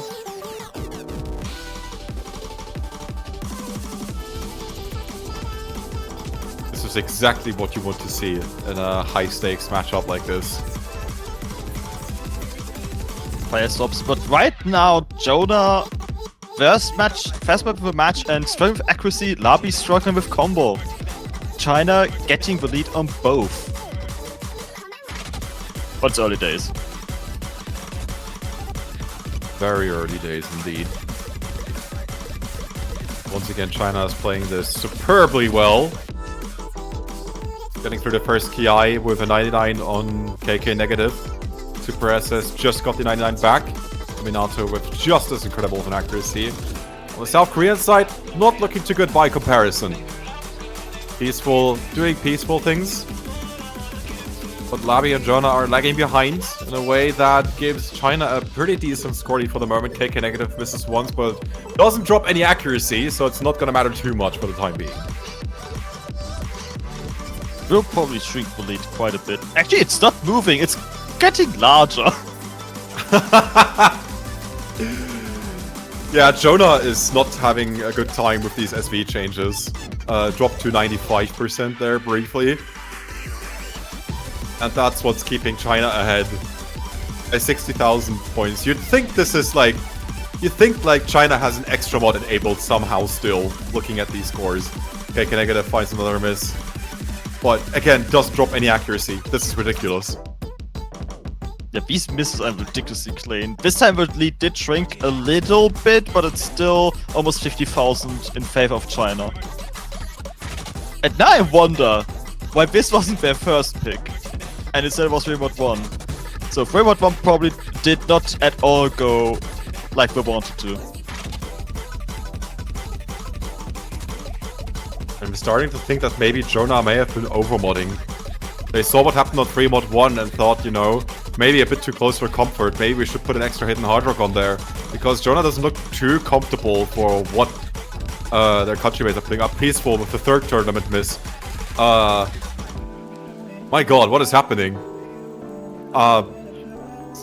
The script, I'm looking for the script. It's not in the script anywhere, or I misread it, but there are things happening in this match that make me very uncomfortable. 1-100 from Peaceful, 2 misses, 20-100 FC from Minato. Jonah, regardless, FC'd, but yeah, the accuracy just wasn't there. That's a big gap. China takes their 2nd point on 3 mod 2. But once again, they need to be on the lookout for the breakpoint. And they don't have a lot of chances left. If they don't win this one, and they win their own pick, they do get one more chance at a breakpoint. But after that, it's over. And you also have to remember that China also still needs to win their own picks. South Korea is always within reach. South Korea is always ready to punish China if necessary. I say that, but looking at the free mods, yeah, I don't know. This is... I have bad vibes. current. I have a few bad vibes around South Korea here at the moment. No disrespect, obviously, to the players' performances. They're trying their hardest. But this is very unlike the South Korea that has gotten, like, top 3 pretty much guaranteed in some of the past couple TWCs. China is, yeah, kind of causing a few cracks to appear in the wall that is South Korea usually. No mod 1. No mod 1. We see new player in South Korea. We see the final one. Ayaeon. If that's pronounced correctly. Ayaeon. Who knows? We're casters. It's our job to mispronounce everyone's names. Correct. So we have PA's full, Ayaeon, and Pu Kari Sweet for South Korea. We have Supers from China, Mikalolo, and I actually don't know how to mispronounce that. What's a good way to mispronounce that? Shukan. Shukan. But that's, how do you mispronounce Shokan? It's very hard to mispronounce. I just imagine a shoebox inside of a can. Shukan. That's not gonna get better than that, I guess. These are our lineups. No mod 1. Scary pick in a tight match like this one. And scary even for South Korea. Yeah, scary for everyone. This map is never not scary. All these bursts are super easy to trip up on. And there's a lot of them in this map. You see China losing the accuracy lead right there in the 1-4-1-6 combination. Ayaeon dropping a couple of 100s in return. Lowest accuracy in the lobby by far. And by far, I mean 0.3%. That's the type of accuracy difference that you have to watch out for in a match like this. China is playing this solidly with 99.5 and above.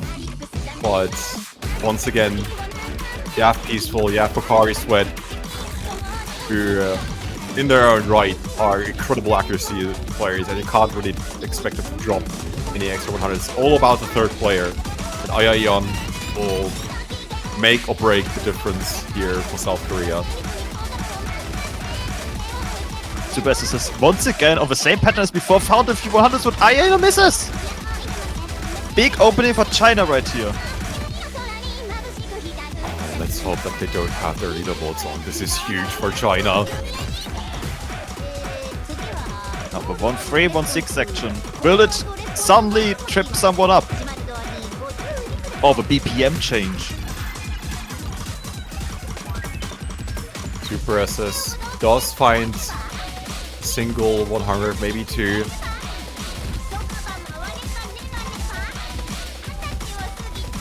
Everyone has got accustomed to the BPM change.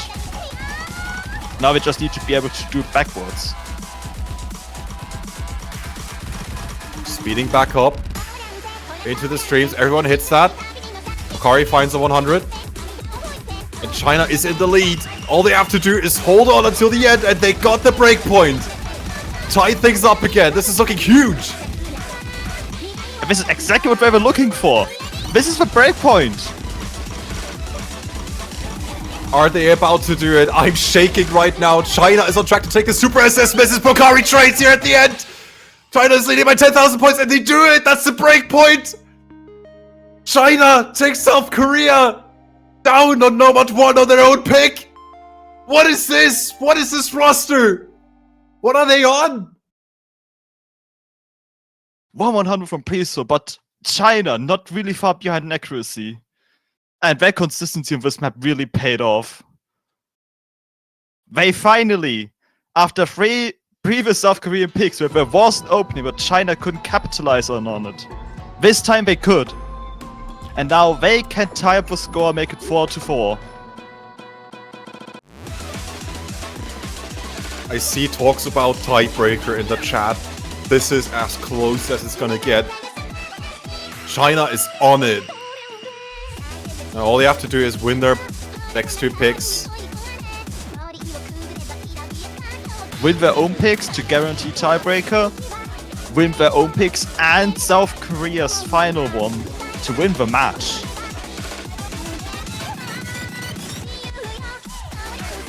And we see no mod 6. Ooh. A map quite similar. Okay, not quite similar, but it follows the direction of No More 2, which was noticeably ridiculously close, and DT1, which was South Korea's opening pick, which wasn't that close. But this is an entirely different map. Just the same category. Tech. Basically also mini tiebreaker. This has often been described as the mini tiebreaker. Really? Yeah, there's a lot going on this map. There's like pseudo speed, there's burst, there's doublets, there's a BPM change.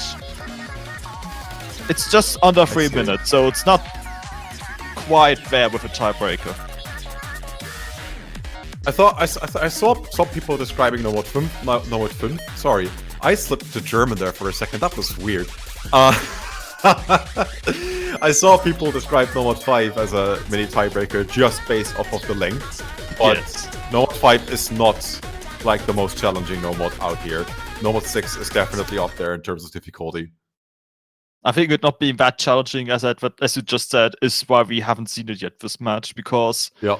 no one knows how it could go, and I think both teams would prefer having at least some sort of idea how the map they pick will go. But also, that means there is an option for No Mod 5 to be like one of the last picks. Like one of the last 2 picks.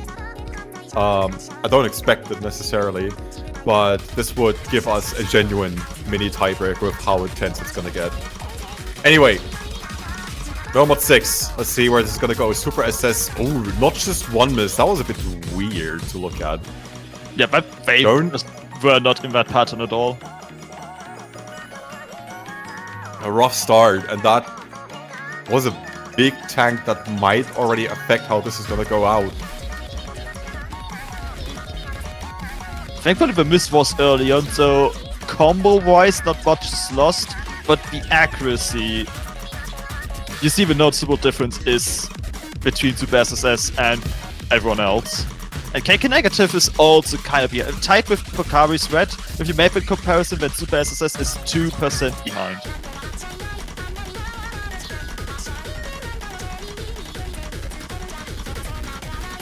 Yeah, it's not over, definitely. And China is only behind by around about 1% accuracy overall. Not too bad. And Pokari does find the odd 100 here. They're looking really unstable, actually. Unluckily for China, Pokari's Red did manage to hold on to the combo there. Yeah.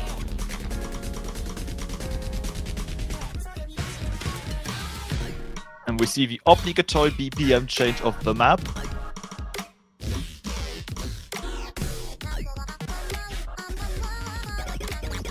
But outside of a couple 100s here and there, not much is happening. KK Negative on the side of China, dropping a few 100s. But other than that, the score difference is still favoring South Korea. China is keeping it stable. We got 1 more minute to go. And it is still possible for China to take this back.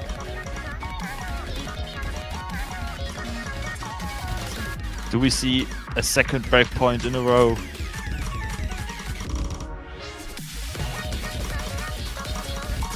Pokari's Red struggling with it in beginning the carry section, but holding on to the combo once again.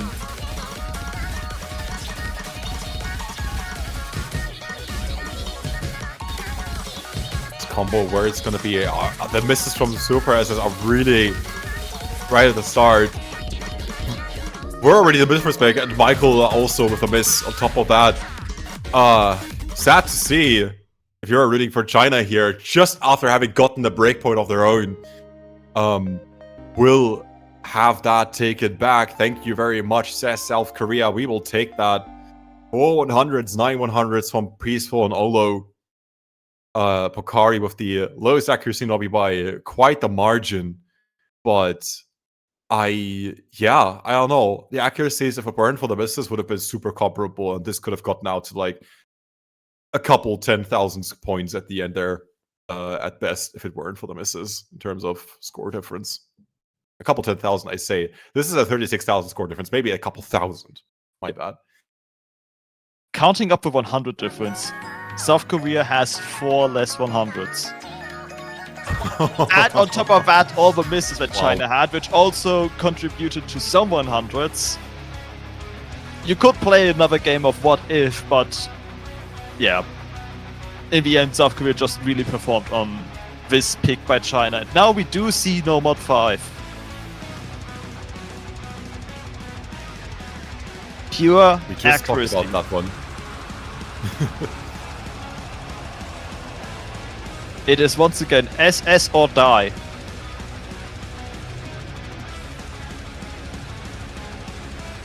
Ruko map in quarterfinals, stream pick, all death streams with OD 6.5. This shouldn't be hard to act for both teams. But China has no way out other than to reclaim that breakpoint once again and hope that the nerves don't get to them. They have done incredible work already in this matchup against a strong South Korea. Not super strong. They have a few, how do you say it, a few weaknesses. That's become apparent. And there were huge openings, especially on like Normod 2 and Double Time 2, but they couldn't be capitalized on by China. So for the number 2 and number 7 seed, who's going to play South Korea next week? Potentially play South Korea next week. This match is not over. Start taking notes now.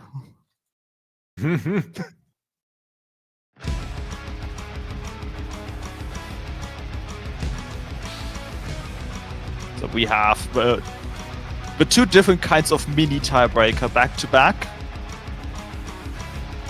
This time lengthwise. 4 minutes of this, basically. There are some funny bursts and very inconvenient parts of this map, but the main focus is all on stamina, all on not node locking, which should be your top priority. Right now we have 2 SSs on both sides, and what? Oh, I say that too. I shouldn't have said anything. Yeah. Super SS with the first miss. And also going to be the biggest deciding factor on the map. Random misses, but it wasn't a huge tank, thankfully for them. They recovered back into the stream fairly fast.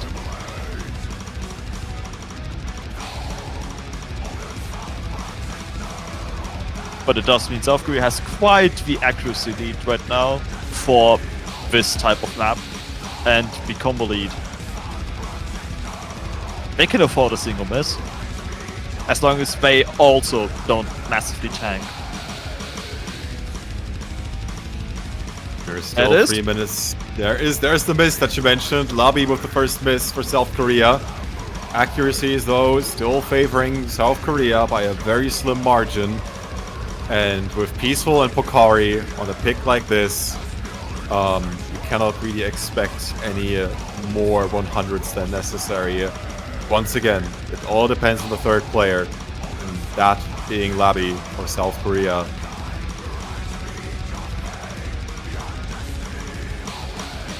So everyone's back at the combo cap, so it's once again only accuracy that matters. And for that, South Korea has 2 double S's. We don't have to say more. Labi fighting another. That's a massive tank. That is the tank I was talking about. And now China's basically tied in accuracy, all things considered. And more importantly, they have combo advantage. Halfway through, I can't look at this. This is ridiculous. It is, and China needs to hold which is really easier said than done. We have some evil mono-heavy streams incoming after this comma section, and of course one more chorus.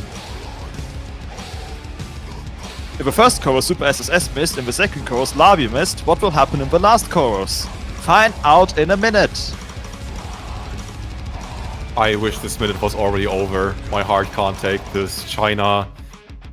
KK negative loses the SS, leaving the only SSs for South Korea, double SS, versus a incredibly strong Chinese roster on this Nomad 4. 14,000 score advantage for China. Will they take it till the end? Everyone is still holding on. The single miss can make or break this for either side. Final Ki. China can show up here. They have done it before. They can pull through if they need to. And this is the time where they have to show up or be knocked down to the losers bracket early. Will they allow that? I don't think they will. That's the finishers. One more final stream. And they do it! 3 breakpoints in a row, and now China can take this to a tiebreaker. South Korea losing their pick despite having 2 double S's on their side, but it wasn't enough. No matter. The double SS from South Korea doesn't matter. China pulled through, showed up, woke up, and said, we're not leaving this early. We still have one more pick in us. No. China has 3 maps to choose from. Probably the most difficult choice they will have to make this entire tournament. Is it going to be Hidden 2? Oh my Outbreak god. 1? Or Nomad 3? It's okay, that's fairly fast pick. Far away light. The speed hidden. So we see China got, I think this still counts, the largest score difference in the match on Hidden 1, which is an entirely different kind of hidden map. So we can't really use that as basis. This map, likewise, like the map we just saw, lots of streams that can trip players up. I'm speechless. I don't know if anyone really expected for anyone to push South Korea to like the final pick of a quarterfinals match, and especially not China. Looking at these predictions, people were expecting South Korea to easily win this, but China is not impressed. If they win this, they can push this to TP, and then God knows what happens from that point forward. We have too many tiebreakers to go off of, and both teams won each once. So, yep. That's the box we shall open in a few minutes. If we do. Final pick of this match, Hidden 2 from China. No matter how this turns out, they have already solidified themselves into this year's TWC script as one of the most surprising rosters, I would say. Early accuracy lead for China here. But many streams are left to come, and also, once again, this map does have a funny section, like the previous ones. Super SS is finding a lot from Handelswerk, giving the lead, flickering with South Korea.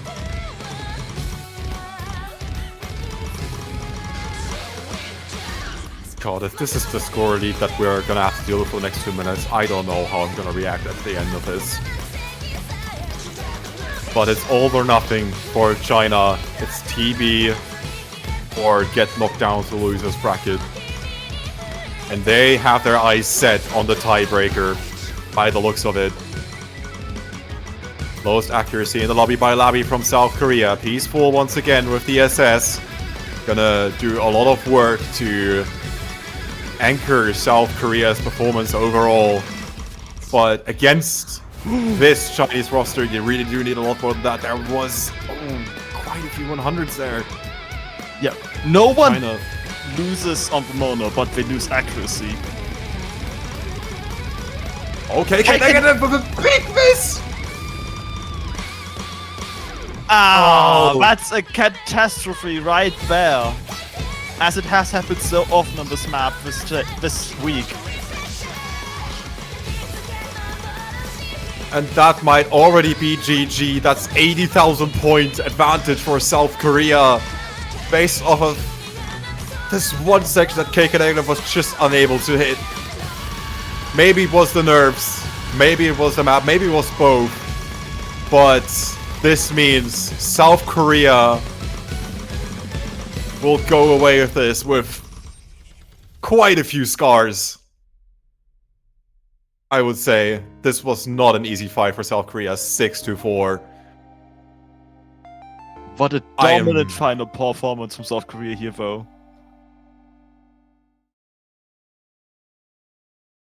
Wow. Wow, wow, wow. What a What a match. What a match. This means South Korea advances in the winner's bracket, facing the winner between Taiwan and the United Kingdom. But the very next match we're going to see on this channel. China, meanwhile dropping into the loser's bracket, and they are going to face Finland. I'm sure Finland is happy about the future opponent. Oh, I boy. wish him good luck. But Need will, it. it will be an interesting match. Like, out of all the teams from, like, let's say seed 16 till seed 9, Finland is definitely the one country that I've been looking forward to the most, and how they're gonna do in the losers bracket. I've been very impressed with Finland's performance, but it might end next week with how China's been playing today, and with a harder pool to top it off.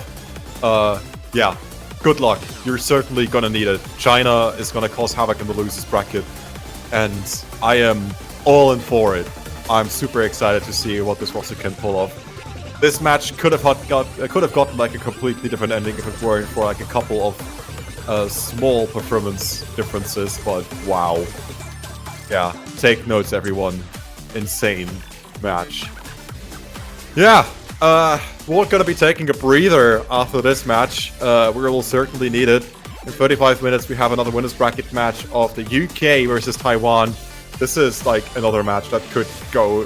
I mean, we'll see. The pool is still easy enough for the UK and Taiwan to have close battles like we've seen it today. But yeah, I don't know. This is certainly a lot more one-sided-ish than this match. I don't know. I'm just spitballing here.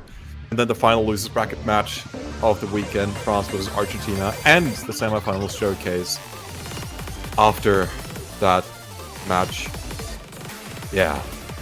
And I need to rest my voice after this. My god. Yes, that was an insanely intense match. There was so few maps that weren't ridiculously close until the last second, and yeah, we deserve that break. And I can't let other people talk about this next match because it's not going to get any less hype. Yep. We'll be taking our leave. Joining you in half an hour will be Ethan and Teasel in the commentary booth. But that's been it from us for this match. I hope you all enjoyed yourself. I definitely did. We've been Jukes and Wolf, the German power couple in the commentator booth, if you want to say it like that. And it's been a blast. And we will see you again in 33 minutes for the UK versus Taiwan final winners bracket match of this week's quarterfinals. See you there.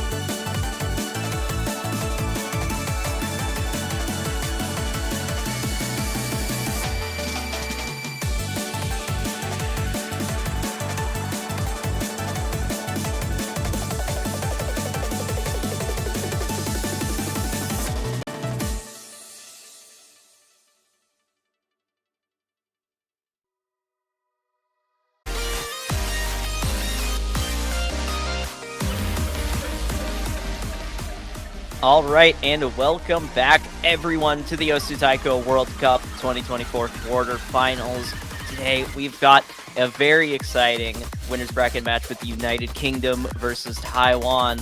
I'm Ethan, and I'm joined by Teasel. Yeah, hey, thank you for having me. This is one of the really anticipated matches for this weekend, being one of our winners bracket matches. We have the United Kingdom Seed 2 versus Taiwan Seed 7. So you might look at this and think, well, UK Seed 2, they've probably got this. But Taiwan are a very good team, and they've shown us that so far this tournament. And historically, they've always been a really strong team as well. The two countries, I believe, last time they faced off was, I know they did in 2020 in the semi-finals, and that resulted in the UK winning. I don't know if they've come across each other since, but here we are. This kind of feels like a revisiting of that, in such a crucial part of the tournament as well. It is only the quarterfinals, but I feel like with the way that this year has panned out, this honestly feels even more important than the semi-finals in some capacity. But here we are. Looks like they're going ahead with all their roles and bans pretty quickly.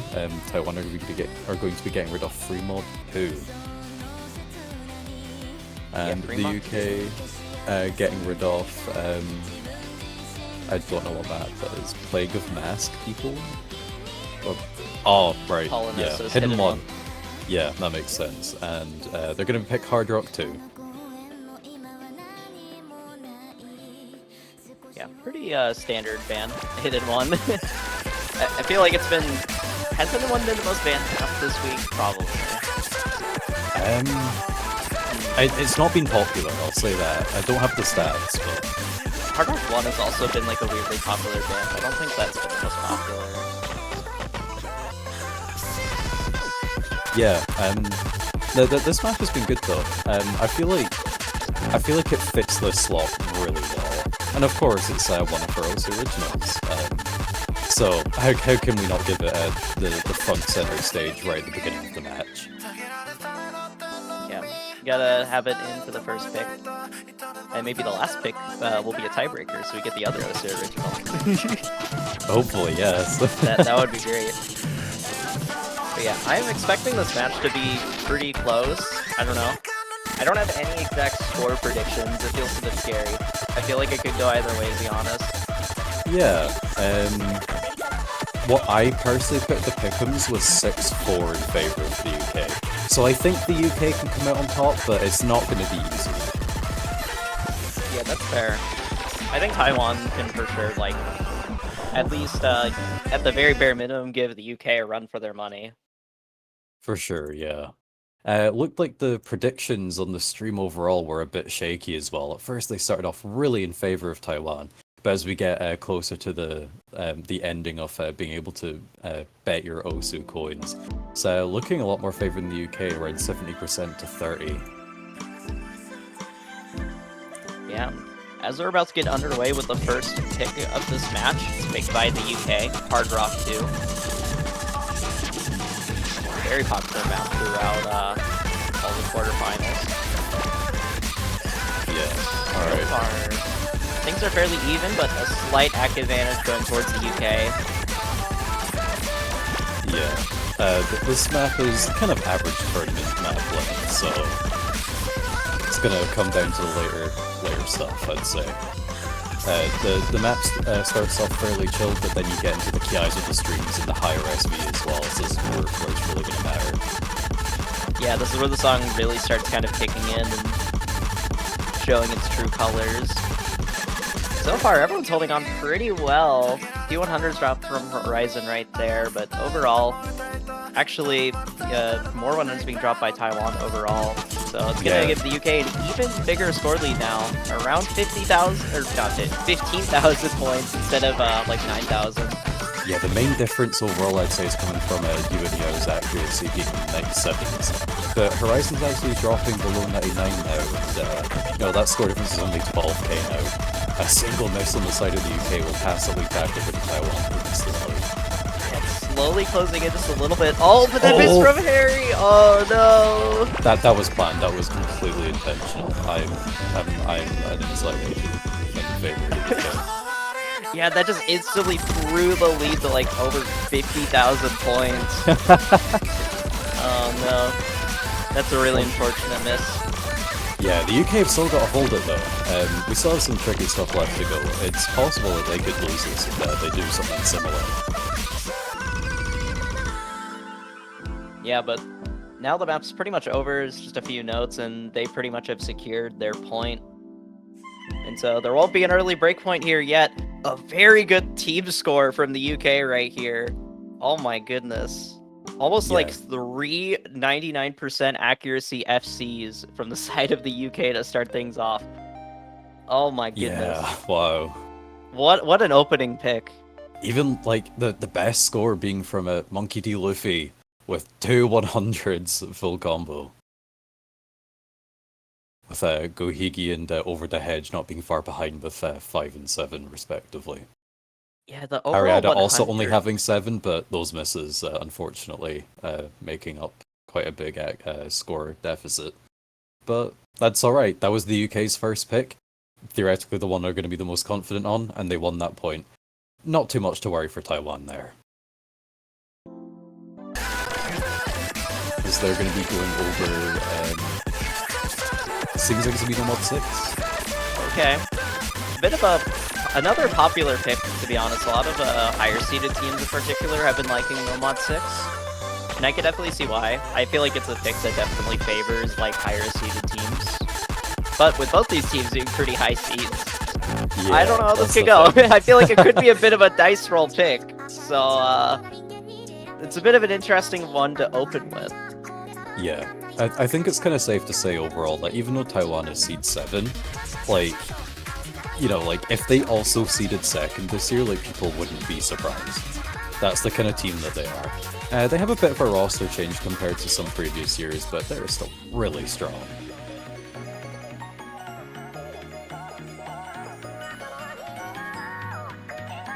Yeah, Taiwan's just one of those teams that historically just always does pretty well in the World Cup, no matter what, even if their roster changes. Absolutely. Yeah, if we can weigh up which country here has had the most podium positions, Taiwan completely destroys the UK in that case, getting so many 2nd places, and I believe they've gotten 3rd place as well. So, wait, have Taiwan ever got 3rd? I can't even remember. I'm not... I think this would be, yeah, I don't know if they have. Let's see, Osaka World Cup. I'm actually not sure about that. Taiwan have never gotten 3rd place. That's actually kind of funny that they've got 2nd place so many times but never gotten 3rd. It's like if they're in top 3, they're gonna be 2nd place. Yeah, in the official World Cups, that's from 2014 onwards, they have gotten 2nd place 6 times, no firsts, no 3rds. But if you want to take the first 3 World Cups as well, they got 1st place twice. And no 2nds or 3rds there, so... That's a very interesting footnote. I didn't realize that until now. Yeah, it's quite surprising, so... Yeah. It does look like for this map so far, Taiwan don't have the lead. you can't really say when the score is only a couple of thousand. But it looks like after the ending of that section, the UK is taking a very slight lead. Yeah, but still, just only by like 11,000 points. Not a very big lead, but the map should get a bit more difficult as things go on. As more tricky patterns come about. Oh, a miss from Harry. There we go. That's going to extend the UK score lead. It does help the UK, but if the UK just drops too much accuracy or even finds another miss themselves, that's not going to be great. Because I think that was just one single miss with kind of no 100s around either. Score is in favour of the UK by 10k. It's pretty rough out there. One thing to note is that Mango Miser is the only player above or below 99% accuracy, so that's actually causing the lead to be very close. It's only really being made. The only real difference is just that miss from Harry just a moment ago. Yeah. But if they could get up to is rough.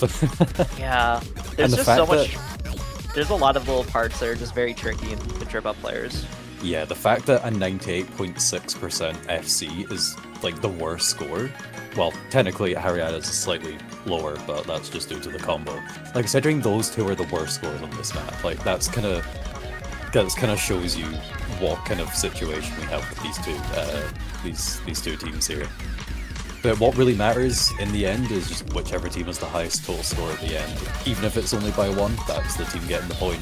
And so far it's looking like the UK, they've extended their lead slightly, about 16,000 now. They've really got to hold on to this tricky section. A bit more dense, a bit faster than the previous ones. Yeah, but they are just not letting up at all right now. Everyone's still holding on to their full combos here. We might be seeing another triple full combo. There's not a lot of map left. There is some of these patterns at the end that are a bit tricky, but yeah, they're gonna hit it. And the UK are gonna be taking their first breakpoint of this match with another triple FC. Yeah, incredible performance by every single person in this lobby.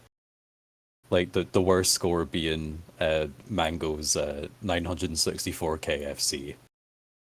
And Yeah, that's Gohigi with absurd. only 4 100s total on a map like that. That's...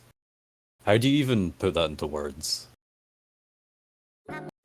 Yeah, both of these teams, like, these scores would beat, like, almost any other team in the bracket. But because it's these two teams, like, either of these teams, in my opinion, could podium in this World Cup this year.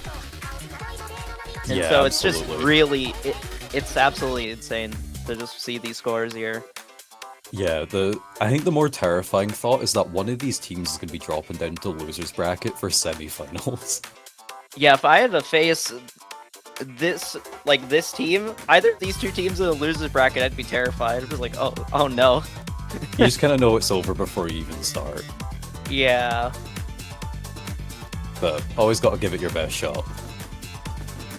Looks like we're gonna be going over to DT1. I'm a big fan of this map. Good song, and also very fun map.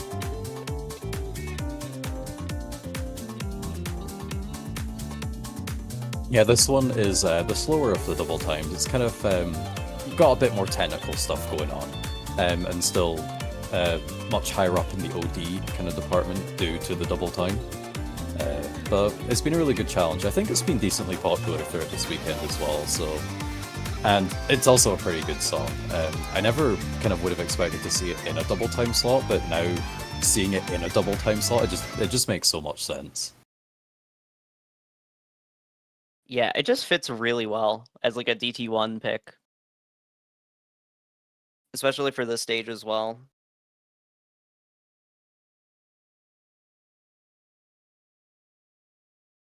And I like seeing DT1 being picked kind of early. Typically teams don't really pick it this early. They usually like reserve it for one of their last picks, from what I've seen. So it's kind of cool just seeing it picked this early on. Yeah. So hopefully our players won't be kind of too tired out already.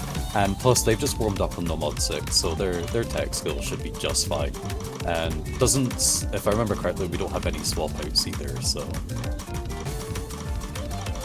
Yeah, just got both teams sticking with the same roster here.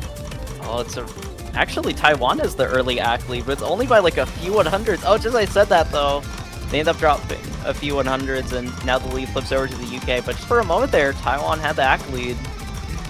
Yeah, that seems like it's going to be the case for a while, I'd say. Yeah, this is the UK's pick. But still, despite that, things are so close, and a miss from Mango Miser. That's going to flip the score lead over to Taiwan's side. But it's not going to be a huge score lead due to the accuracy.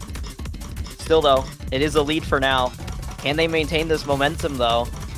There is still a whole other half of this map to go through. It is not over at all. Yeah, all it really takes is a miss from one of the players on the side of Taiwan just to pass it back over, or at least kind of tie it up again.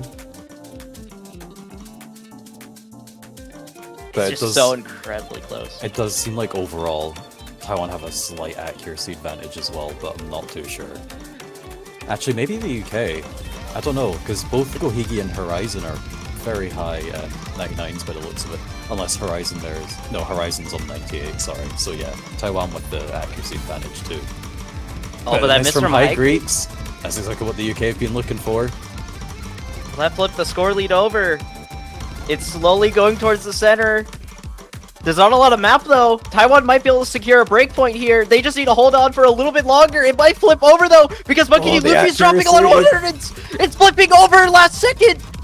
The UK might just take this in the last few moments. It just comes down to everyone's accuracy here. If anyone drops accuracy, it'll flip over. And the UK take it. Oh my. Wow. Right down to the wire on that one.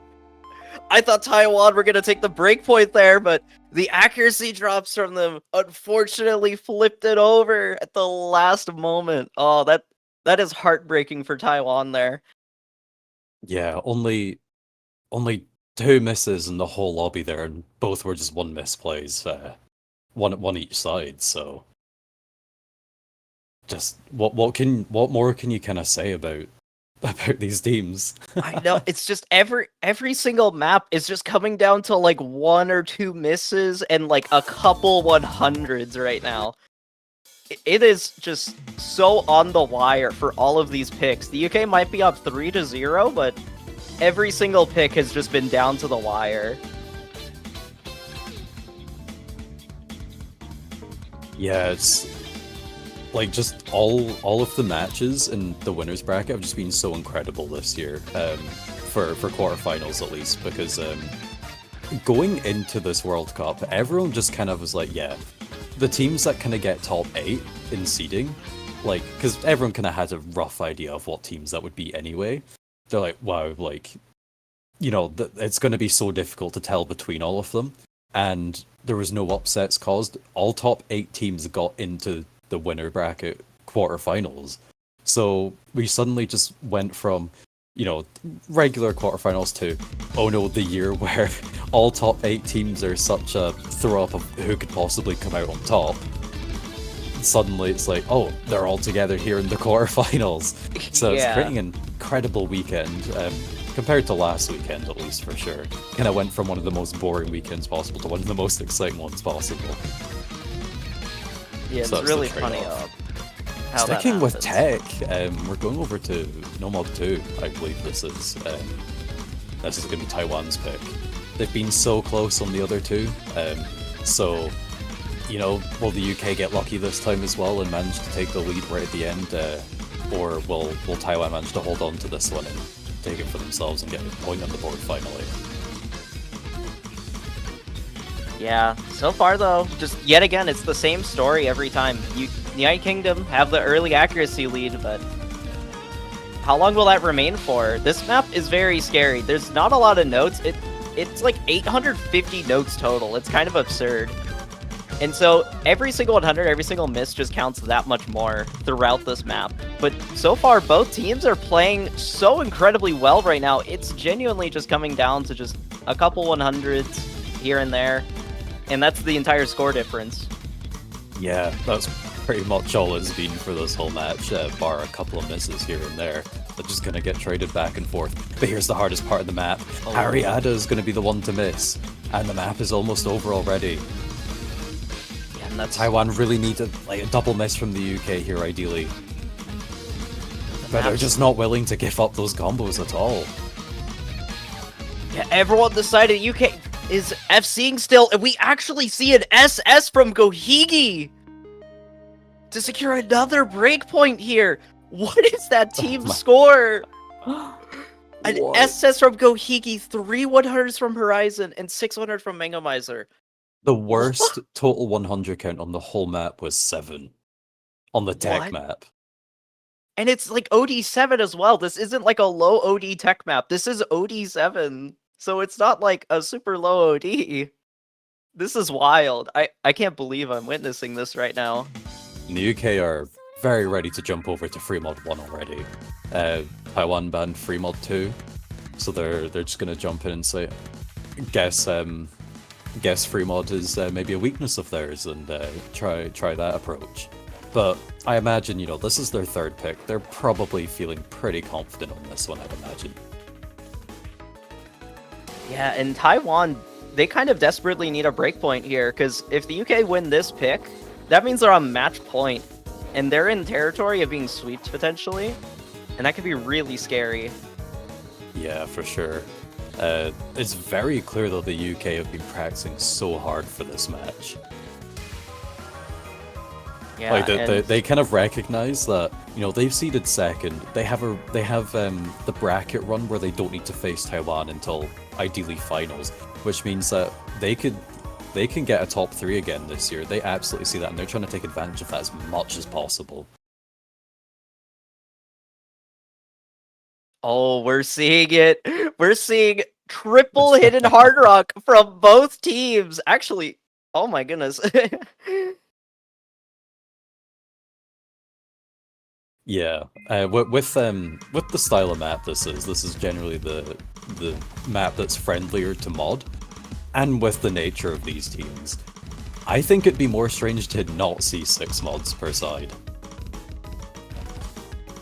Yeah, that is fair, but still, it is always a joy to watch everyone in the lobby opting for hidden hard rock on a free mod. Absolutely. So this is pretty much just you know, it's kind of like a free mod, except the notes disappear halfway along and they go really fast, and the OD is a lot higher. Yeah, and so far, everyone in the lobby still has their full combo, still is holding high accuracy, although, yeah, the only person below 99% actually is Polomo on the side of Taiwan, but still, holding a high 98, definitely enough to be able to secure them a point if the UK can miss here, or have a pretty heavy act drop. Yeah, UK with a 21,000 point lead halfway through the map. The scary thing about this one is the length of the map's only 2 minutes. Like, if whichever team finds a miss, it's just over them, and this is the hard part. It's very technical. Couple 100s Everyone's being holding dropped on here. so far, but so many 100s being picked Oh. up. Double miss from the UK, Gohigi, and over the hedge. Yeah, immediately flips over the side of Taiwan. Mango Miser, the only full combo left for the UK here. Yeah, the All rest of eyes the are on map is, Taiwan. like, relatively to that section, the whole rest of the map is so free. The whole this map might- pretty much comes down to that section. Unless something catastrophic happens on the side of Taiwan, this is pretty much over. This might be the breakpoint Taiwan needed, but they still need to hold on. They still need to keep all their full combos. We do There's still not have too these much map, final though. streams, but They just they're need to keep looking on holding on. High But High Greeks. Greek, I don't think it's enough. They need to have a huge act drop as well for it to go over to the UK. Taiwan should have this, and they do. That's going to be a breakpoint for Taiwan, getting their first point of this match. Yeah, the first of 2 that they desperately needed.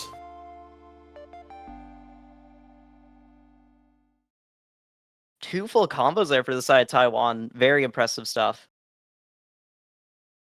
So, we can confirm not a sweep at least. Taiwan are on the board. Hopefully now that they do have that point, they'll start feeling a bit more confident again, and move on to their pick and hopefully get a second there as well. Yeah, this could definitely lead to some good momentum here, getting a breakpoint, and now they have the chance there to pick a map that they can feel more comfy with. Kind of wonder where they will go with this, though, as their first 2 picks did not work out as well as they would have wanted, so I kind of wonder if they're going to maybe throw in a bit of a curveball, maybe go for something a little bit wild. Maybe we'll see a mod 4. I would love to see both these teams play that. I often find that when teams are struggling a bit more, or just not finding the points where they expect to find the points on their own picks, sometimes, especially if they've been gravitating towards the modded section of the pool, they tend to go back over to no mod. But the Taiwan team have asked for a timeout. They do recognize they're in a pretty rough position here, so they're going to take the time to discuss with each other, maybe rethink their strategy a bit, and yeah, hopefully sort something out. Yeah, that is very fair, because they're at a point where they've now gotten 2 breakpoints, or the UK have taken 2 breakpoints against them, so clearly their original pick strategy that they came into this match with is not panning out as well as they would have wanted, and they're realizing, oh, we might need to actually rethink how we're wanting to, you know, go about this entire match. but they're still putting up very good scores here. Absolutely. And I feel like what you're seeing from both of these teams, you can support them even more than you already are in the chat by going over to the Osu store and buying a banner, an official TWC banner for your profile.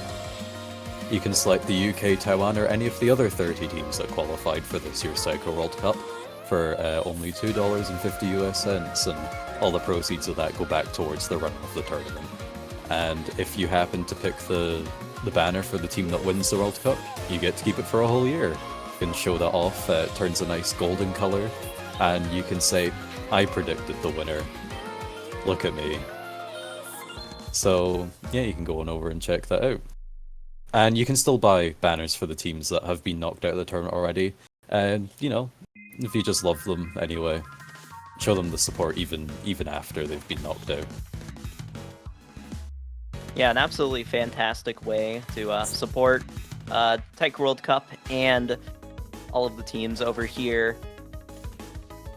I'm being called out by the players for selling out on banners. What else am I supposed to do? But guys, it's a 2-minute timeout, okay? Please.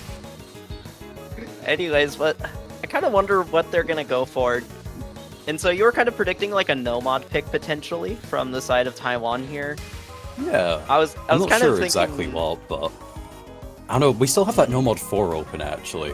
That's interesting. The gimmick map. I was thinking no mod 4 as like a potential pick for them. Just kind of throw in that curveball. Absolutely. Going for something like no mod 5 would just, or like no mod 1 would honestly just be way too risky. Yeah, with these teams, like with how every single map has gone, no mod 1, no mod 3 would also just be complete RNG, I feel like, as well. With how these teams have been playing. Oh! Ooh, no mod 5, okay! Ooh. Ooh. So it was a no mod pick, but it wasn't quite what I was well, yeah, honestly, that's a very fair pick, because no mod 1 is going to be pretty, like, it's a very much a dice rolly map. No mod 3, also kind of a bit dice rolly for both these teams, because they can easily play, like, all the speed stuff. But no mod 5 and no mod 4... I feel like no mod 5 is kind of dice roll. Well, I mean, maybe not dice roll, but like, it's just streams. Non-stop streams. Yeah, that is true. There's also that fear of that like note lock or whatever. Fortunately, it is only 191 BPM. It's not too impossible to recover from. We've definitely seen that in other matches this weekend. But just the idea of even picking up like, 5 misses in a row, that alone could be the deciding factor in this match. But the ones taking the stage for such a brave endeavor is going to be Gohigi Mango Miser and Over the Hedge 2014 for the UK, and Polomo Yuemiao and Hariada for Taiwan. Yeah, I wasn't at first expecting Over the Hedge to come in for this pick, but still a very capable player for this map indeed. And yeah, it's just gonna be this, just straight up streams for 4 minutes. There's like some small breaks, but it truly is just streams for 4 minutes. And so far, we have 6 SSs for the first 500 nodes. Oh my goodness, okay. That is the caliber of player we are dealing with today. And oh my goodness. I wonder which team is gonna drop on the 100 first. It's really coming down to this. Yeah. Talk about accuracy, Bell. Yeah, I was not expecting it to go like this, but everyone SS's the first stream. Oh, Over the Hedge 2014 gets a single 100, giving Taiwan a huge lead. There it is. There's the note lock that we talked about at the beginning from UML on the side of Taiwan. UK with 20,000 score lead. On a really unfortunate note lock there, that's going to drop down their score to below 99% for a moment here. But they are recovering pretty nicely here on this stream. They need to get up to that 400 combo barrier though, so they can stop kind of slowly losing score. We're not even halfway through though. That's the problem here. those nerves have got a hold. Yeah, Taiwan can't really afford another note lock like that, or this pick will go over to the side of the UK. And so far, the UK are putting up some pretty crazy scores, but it can all end in a moment if any of the players on the side of the UK end up picking a note lock on any of these streams. Yeah, I saw another 100 come out from Yuemyo. I'm not sure if there was any others after the break, but yeah. That score difference, what? Oh no! Similar to Cookie Tree from the Netherlands, dropping the double S on the Kantan section of the map. It's catching out so many players this weekend, it's kind of surprising. I mean, it might actually be 2. I've not sat there and watched every single No Mod 5, but 2 is already strange enough. Apparently Furko needs to nerf this section. Absolutely, yeah, this is too far. What was he thinking? The 4 minutes of streams, alright, that's chill. The Kantan section, nerf. No, ridiculous. But yeah, that's going to give the UK a bit more room for any mistakes that they may find. I do see Mango Misers picked up a couple of 100s themselves.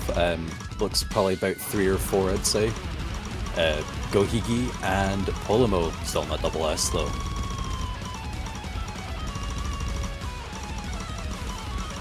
Yeah, it's just going to come down to if the UK can hold on to all their combos here. I think what Taiwan are going to really need is like 2 players on the side of the UK missing. And it can't just be like 1 miss with 0 100s. It has to be a somewhat of a substantial drop at this point. But still, we are on the last death stream here. Yeah. Well, we've seen other maps in this match kind of flick over at the last point, so this is the map it's most likely to happen on. Let's see, I'm can not they saying hold on? anything till the scores are submitted. It looks like they hold on, and yeah, the UK are going to be taking their 5th point of the match, setting themselves at match point here with Gohigi and Polomo both getting an SS here. A total wow. of 11 100s across all 6 players. It really just came down to those misses there. Actually, I think Taiwan would have taken it by 1 100 if they didn't miss. It would have came down to 1 100 if it wasn't for those misses. And the thing is as well, generally with the way that these maps work, a couple of 100s were likely paired with Yuemyo's misses as well. So, yeah, still, a couple of 100s at most. Oh, apparently Gohigi missed the slider tick. Awful score. Terrible. Imagine it comes down to a slider tick. It would be the first time that's happened in Taiko World Cup. Yes, yeah. Polomo being the official MVP with the 1,06,600. Gohigi just behind that also with a double S with 1,06,400 due to missing that 1 slider tick. Could have been better. Slider tick dip. They spammed it. But yeah, there we go. That's another break point in favour of the UK. Match point already. 5-1. Taiwan have to win the next 4 maps in a row and take this to a tiebreaker to be within a chance of winning this match. And it's going to be starting off on double time too.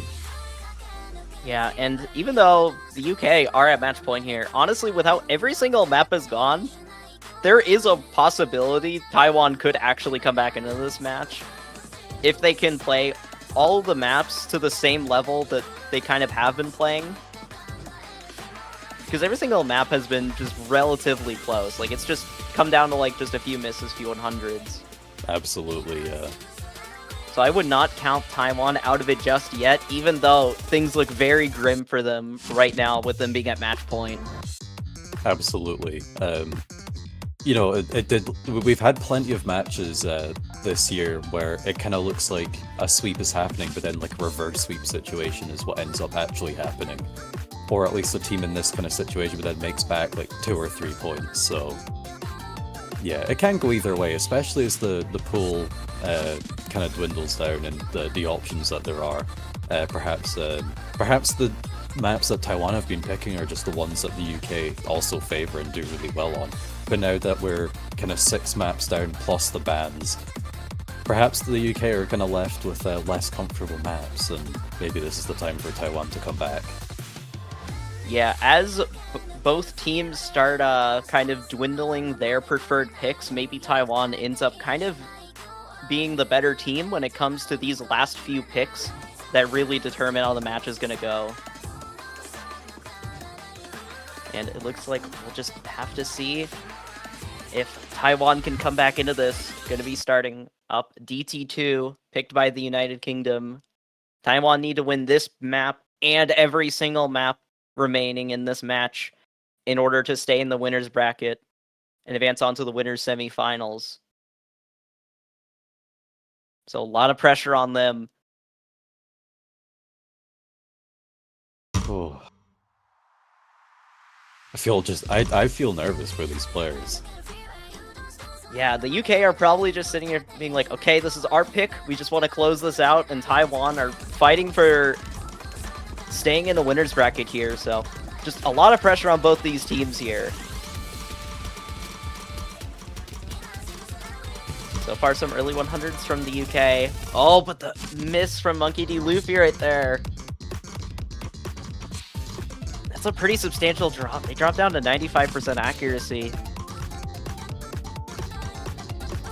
So that is going to allow the UK to get actually a pretty substantial lead here, considering we just started the map. Yeah, absolutely. Definitely one of the bigger leads that we've seen in this whole match.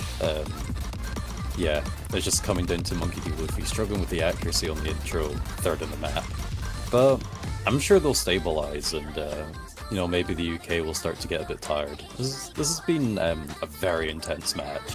I was gonna say long, but it's only kind of been 35 minutes or so. I think the mental strain is probably going to be kind of more significant here for these players. Yeah, especially for players like Gohiki who have just been in the lobby like the entire match and just have not swapped. Oh, miss from Horizon! There's the miss from Horizon, yeah. That's Crucial exactly miss! what Taiwan need. Another miss, There and it it's gonna is. flip! It's gonna flip! Oh my goodness. And now Taiwan actually have a pretty good lead here. Above 20,000 points, and it's growing as we speak. And there's not a lot of map left here. It's only 2 minutes long. Yeah, If that's Taiwan really can- scoring even more. Monkey D. Luffy stabilized really well, the accuracy's climbing. Polemo still on the double S. Harriada not far behind. This is the outro of the map. Are we gonna see an SS here? There's not a lot of map left. But with GT accuracy, I don't want to call it till the map's over. But it looks like Canton Polmo. section. Please, not like this, Polmo. You got it. Yes, There we okay. go. Oh my goodness. Taiwan are still in it. Another breakpoint here. In Polemo SSing DT2. That was a fantastic recovery from Monkey D. Luffy. Absolutely, yeah. They had a really unfortunate drop in the beginning. They dropped down to 95% accuracy. And they came back into it with almost 99% accuracy by the end of the map. Yeah, Harriada 1/100, Gohiki only 2. Mangamizer also with the FC with 7. Yeah, fantastic scores all around. It just came down to that unfortunate drop from Horizon towards the end of the map, and the accuracy drop as well. Yeah. That's really, really great for Taiwan, though. They've made back 2 breakpoints. I believe they'll need to make back 1 more, maybe? Yeah, actually, they only need to win 1 more breakpoint here, because they have this pick, then they have the UK's next pick, and then they get another pick of their own. Yeah. They only need to win 1 more breakpoint and 2 of their picks, and they are going to be going to tiebreaker. Definitely Now, that's not still impossible. 3 maps. But yeah, it's actually not that much of like... It's not out of this realm for that to happen. But oh boy, Nomad 3. Oh, it's going to be a scary one. It's speed time. We have Daniels coming in for the UK, the first time that we're seeing him this match, and looks like Sevgo's coming in as well to kind of match that there.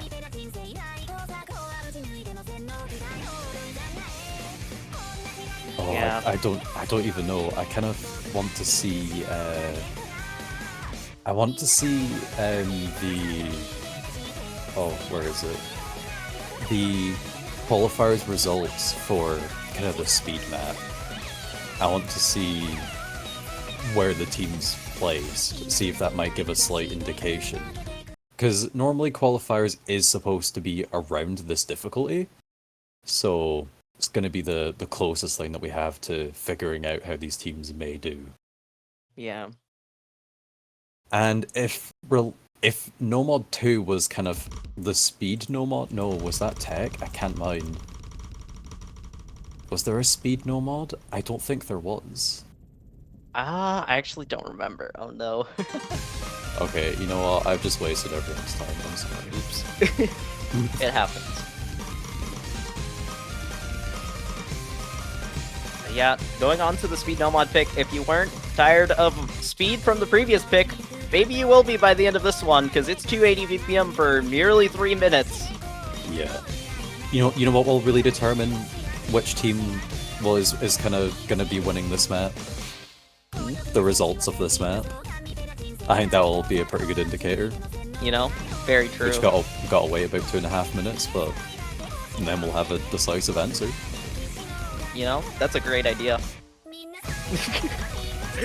So far, Alright.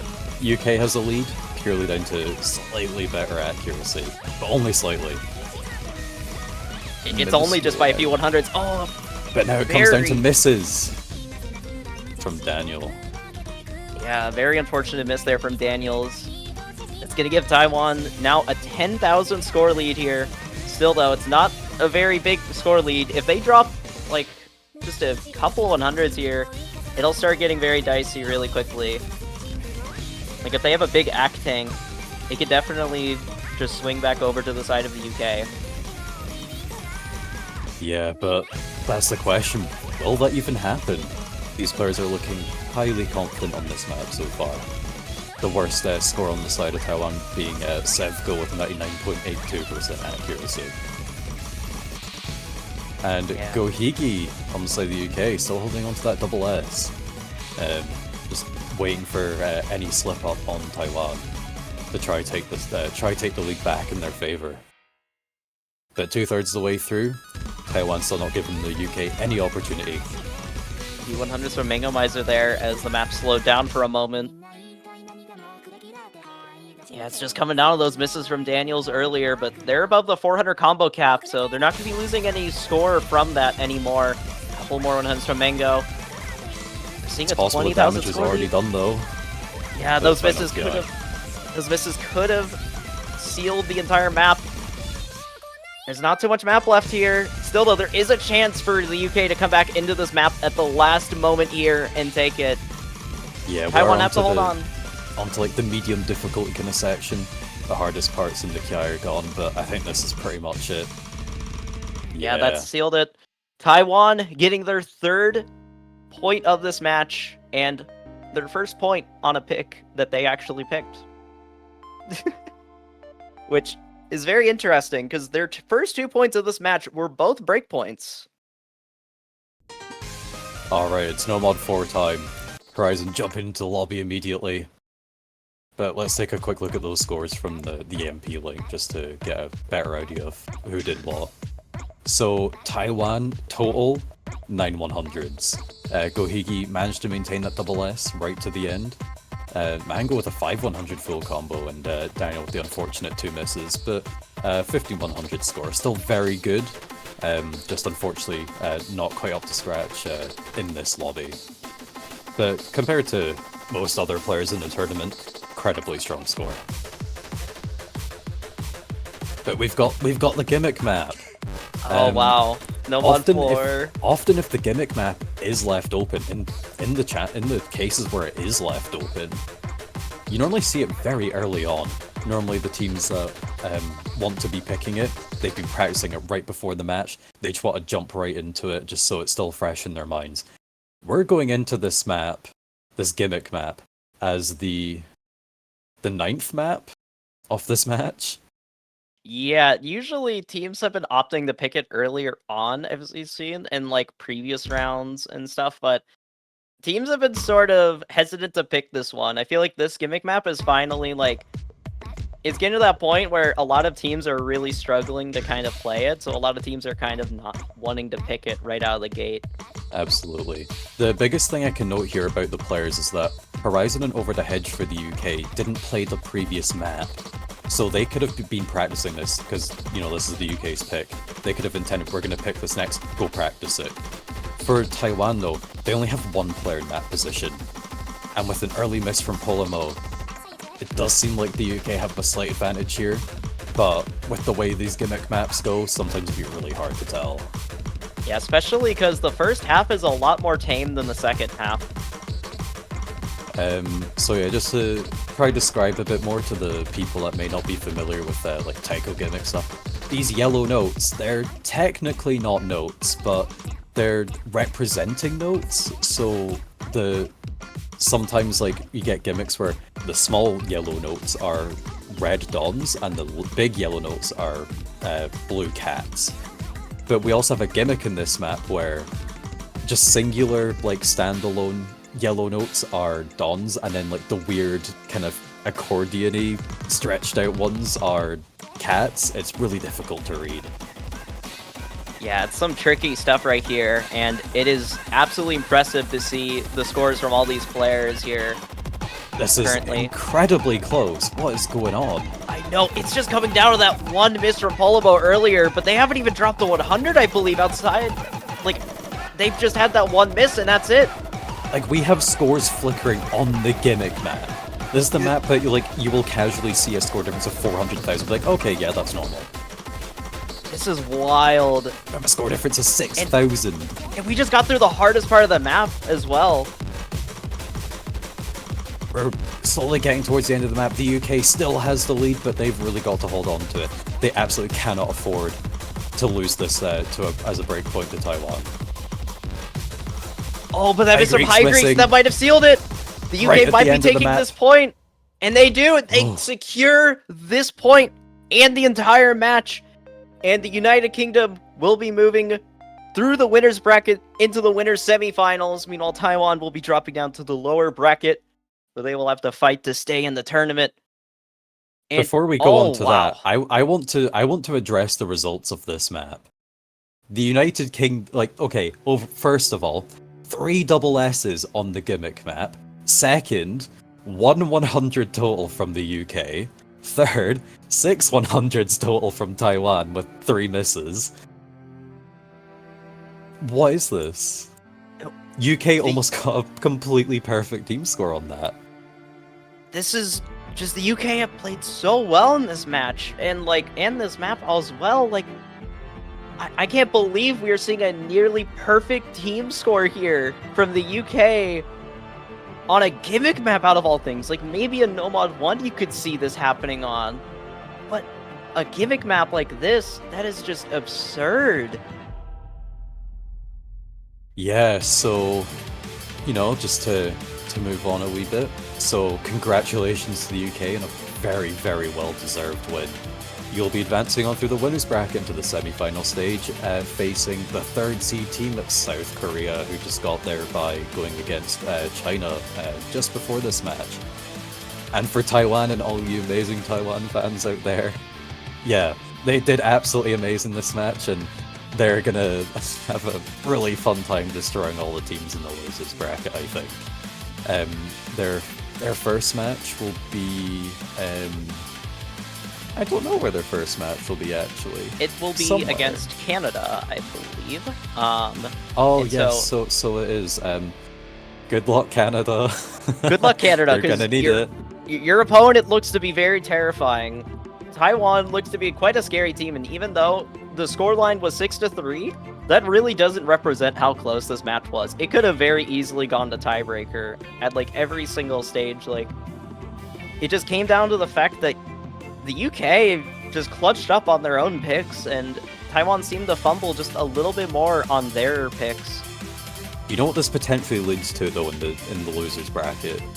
Oh? In the second round of losers in the semi-finals, we could see China versus Taiwan again. Oh, we saw them, wow. I believe it was last year or the year before, and that match went to tiebreaker. That was an incredible match. And people just absolutely did not expect it to go to be such a back and forth, really close match. And based on what we've seen from both Taiwan and China as well, I believe there was 4 points they got off of South. Yeah, they're the seed 6 team. They got 4 points off of South Korea, the third seeded team, almost taking them to a tiebreaker. So that match is going to be easily one of the best matches of the entire tournament this year. It could very well be. Maybe I even would one not of the be best surprised. matches of the World Cups this year. Yeah, I would not be surprised at all, honestly. There is so many exciting matches to look forward to, and there's even one more match left for this week as well. So definitely stay tuned, because in just about 2 hours at 17:30 UTC, we'll be seeing France versus Argentina in the losers bracket, and right afterwards we'll be having the map pool showcase. So definitely stay tuned for that, and also for the map pool showcase as well. So See you then. yeah. I don't know if you have any final words, but yeah, we'll see y'all then. No, sums it up. See you then.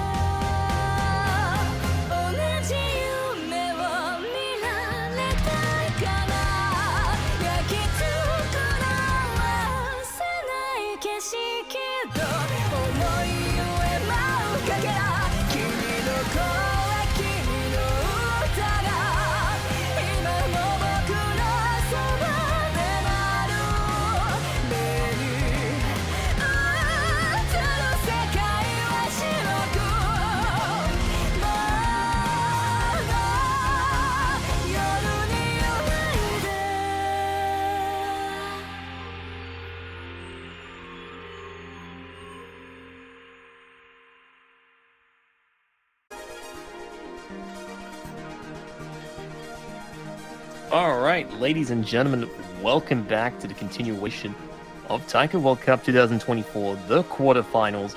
I am your commentator, Beat43210, and today we have a match that's going to be taking place between Finland and Thailand.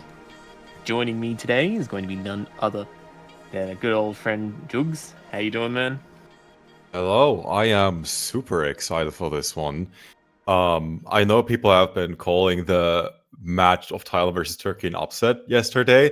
I really didn't think that. Like, my heart was beating for Turkey all along. But Thailand is such a strong country, and people tend to forget that the reason they have this low seed is because one of their top players didn't show up for qualifiers. I definitely see Thailand as a strong contender against Finland. And for me personally, this is very much a 50-50 type of match. Finland, I think the main disadvantage for Thailand is that Finland defeated Germany 6-0 yesterday, so there's not a lot of intel on what Finland might be able to do in this match, and Thailand will kind of have to work their way around it. First ban hidden one, color me shocked, and normal Wow, 2 who's from surprised? normal 2 from Thailand, solid ban, because Finland is always up to par on their tech. This is about as predictable as these bans could have been for this match. Yeah, 100%. You know, banning the plague and banning systems E. What else could you ask for? So, Thailand going with the first pick, and they're going with Raising Hands, a very common pick all weekend. Again, a lot of expectations. Love to see it. This is probably also one of my favorite maps to follow this weekend. We've seen some solid performances already. I have to check really quick if Thailand actually played this one. They did not. You can go through it. They did not play that one against Turkey, if I see that correctly. Nope. Doesn't turn up. Finland is pretty good on their speed. Don't worry. I won't forget. Don't worry. You'll find out what it is in good time. Oh, is there something cooking? Ah, yes, of course. There is something cooking. Okay. Maybe there is something cooking. Well, 100%. Oh boy.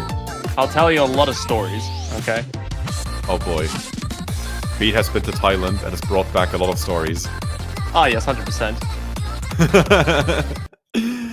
Well, I mean, I can't that's- rival the stories told by Skelly from Hades, but I can definitely give it a run for its money with the stories that will be told.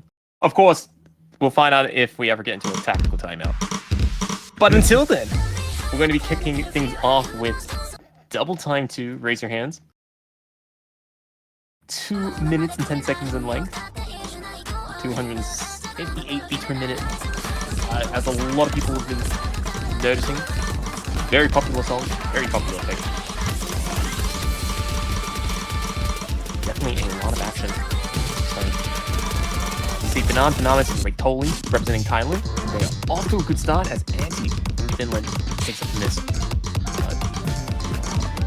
BFK and Gamer's Decision. Well supporting Finland, trying to keep things close for now. Yeah, I'm a bit curious about this first pick because they should know Finland is pretty good about their speed. The miss from Anti is very fortunate for Thailand right now because the accuracies are still somewhat closely matched, and BFKB and Gamer's Decision are really solid speed players and able to maintain high accuracies, and right now they are still within arm's reach to take a breakpoint on the first pick from Thailand halfway through. And Thailand doing very well so far. Only 8,000 points ahead. Finland keeping it close. Thailand definitely bringing a fight to Finland. There it is. Oh, a double miss from both Game Decision and Bananas doesn't change anything. That's gonna rattle both players. Oh, another miss from Gamer's Decision though. There's a very quick recovery in terms of accuracy, and Thailand keeps dropping the odd 100 here and there, which will keep things in favor of Finland for the time being. All they have to do is maintain these combos and not drop any extra 100s. Oh my god, it's swinging back over to Thailand. There's more 100s. Gamer's Decision briefly drops down to 90, below 99, swings back to Finland. What is this first pick? Finland looking like they're gonna win this. Just hit the Can-10 section, guys. Come on. You guys got this. Hold your breath. It's Steady, lads. just a few notes. Nothing more than that. That's easy. Finland takes the first point on Thailand's pick. DT2 with some insane accuracies from both Gamer's Decision and BFKB. 9-100s and 18-100s each. NT with 19-100s to top it all off. Accuracy difference favoring Finland heavily here. And this is truly a score v2 moment. Yeah, Thailand wanted to raise their hands to kick things up for map number 1, but Finland just decided to raise the heat instead and have cranked it up at least to 5 heat on hell mode. And this told Thailand just basically, hey man, you're going to have to work real hard to beat us because your life is on the line and we're not going to give you any mercy. And with that, Finland now in control of the first pick. Yeah, I don't know. I was not a fan of this pick for the reasons that I mentioned. Finland is solid on speed, and they prove it one more time with that. I'm gonna continue with Hard Rock 2. O's original 7-7 Taiko coming in hot into the TWC quarterfinals pool. It's crazy to believe that 7-7 has now been a featured artist for a year now. Oh, the reveal was so hype. I mean, that reveal, that was pretty top notch. But I'm kind of a little bit biased because I was the one who did it. like it's so, like the thing is like 7-7 is so well respected in that Taiko community, and like the reveal was so low key. Like it was just gonna be like, yeah, it's gonna be some OS original in a pool that's all featured artists, and then people lost their minds as soon as they saw 7-7. That was amazing. Yeah, I'm not gonna lie, I only found out like 10 minutes before the third case, and then goes like, hey, so 7-7 is going to come to feature artists. I'm like, what? Yeah. Prepare for everyone to lose their collective shits. And Mango tried coming up with a script, but I just took the reins. I was like, no, we're doing this my way. But like the little animation with Taikonator. Yeah, of course. Oh, that was Lovely. entirely unscripted. That was beautiful. Yeah, what, you think I'm gonna come up with a script? No, we're gonna do raw reactions. Alright. Alright. Hard Rock 2, high BPM. Hard Rock, high SV. Good times. More of a reading challenge. OD 9.1, 9.4 after Hard Rock? I don't remember. 9.4, I think. 9.8, my bad. Alright, here we go. I expect the score to flicker quite a bit for a while. Hard Rock. Hard to maintain good accuracy.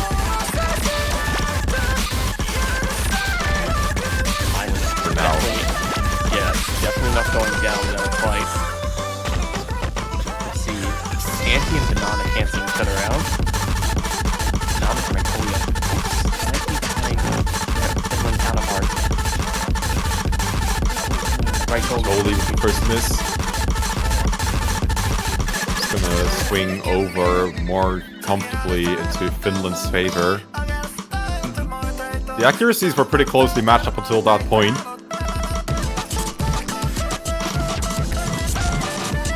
Yeah, they were close, but still a lot of time left. I mean, Francoli recovering really quickly. Up to 90, was that 96%? I can't read. I thought that was 96%.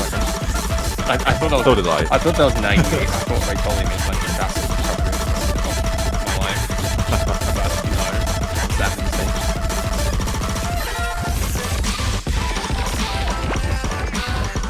Finland is going to play this very comfortably, very safely. They're pretty solid hard rock country overall. That's definitely one of their better skill sets, along with high BPM. And it goes to show. Gamer's Decision now up to 900,000 score as well, matching their country mates. But down with a miss, and that's going to seal the deal pretty much for Finland. Taking Hard Rock 2 in very convincing fashion.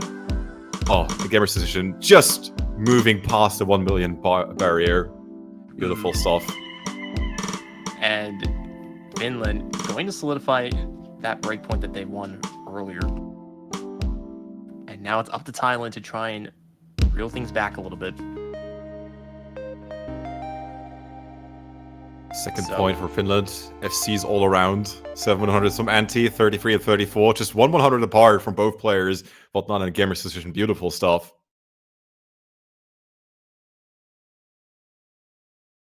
Yeah, 3 full combos as well from the Finland side. Absolutely phenomenal results.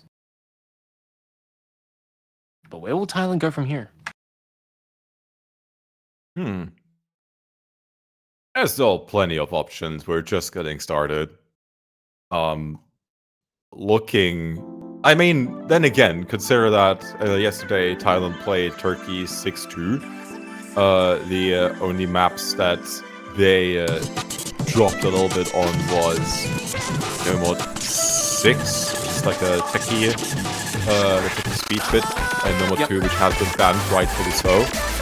But other than that, they've had some pretty incredible performances, and they could still challenge Finland on some of their stronger skill sets. Is that we're going to continue on with 3-1. Anti says, wow. a very bold choice by Thailand. They've just decided, hey, we're going to pick 3-1. And I have a very good feeling they're going to have to turn on the pact of punishment that is 6 mods in order to try and compete with Finland. Because I don't think that Thailand will be able to get away with anything less than that. So they're going to have to go all out for that statue. Wouldn't be too sure about that. We'll have You don't to think see. so? I actually don't think so. I think Finland has a bit of a disadvantage when it comes to 3 mods. Yesterday, Thailand went with 5 mods with only Ponamis going with Hard Rock only. And they got like really good scores, 1.02 mil and above that. Actually though, I just remember this is 3-1, not 3-2. And Finland did really well in 3-2 with, I think it was like 3 or 4 mods overall against Germany. So that's why they Have picked to see. 3-1. They wanted to take the room temperature test. They wanted to be like, all right, let's see how we go here. Let's start with here and work from there. Possibly. Yeah, we'll have to see. Definitely expecting at least 4 or 5 mods. Mazzoli will definitely go Hidden Hard Rock. I feel anti as well. But this might... Yeah, actually, you might be right. Maybe this is getting a little bit closer than I'm giving Finland credit for. Well, let's have a We'll look. see. Oh, okay. Anti only going No. Hard Rock. That's interesting. We have 5 versus 5 mods. This is a fair fight. No mod It is a fair advantage. fight, but it's not aesthetically pleasing. No. Can we move Ponamis to the top slot, like, real quick? just MP abort. Ponamis, Nah. move up the slot. Move up there now. Nah, I was kidding. It's a good move. Alright. Let's see where this is gonna go.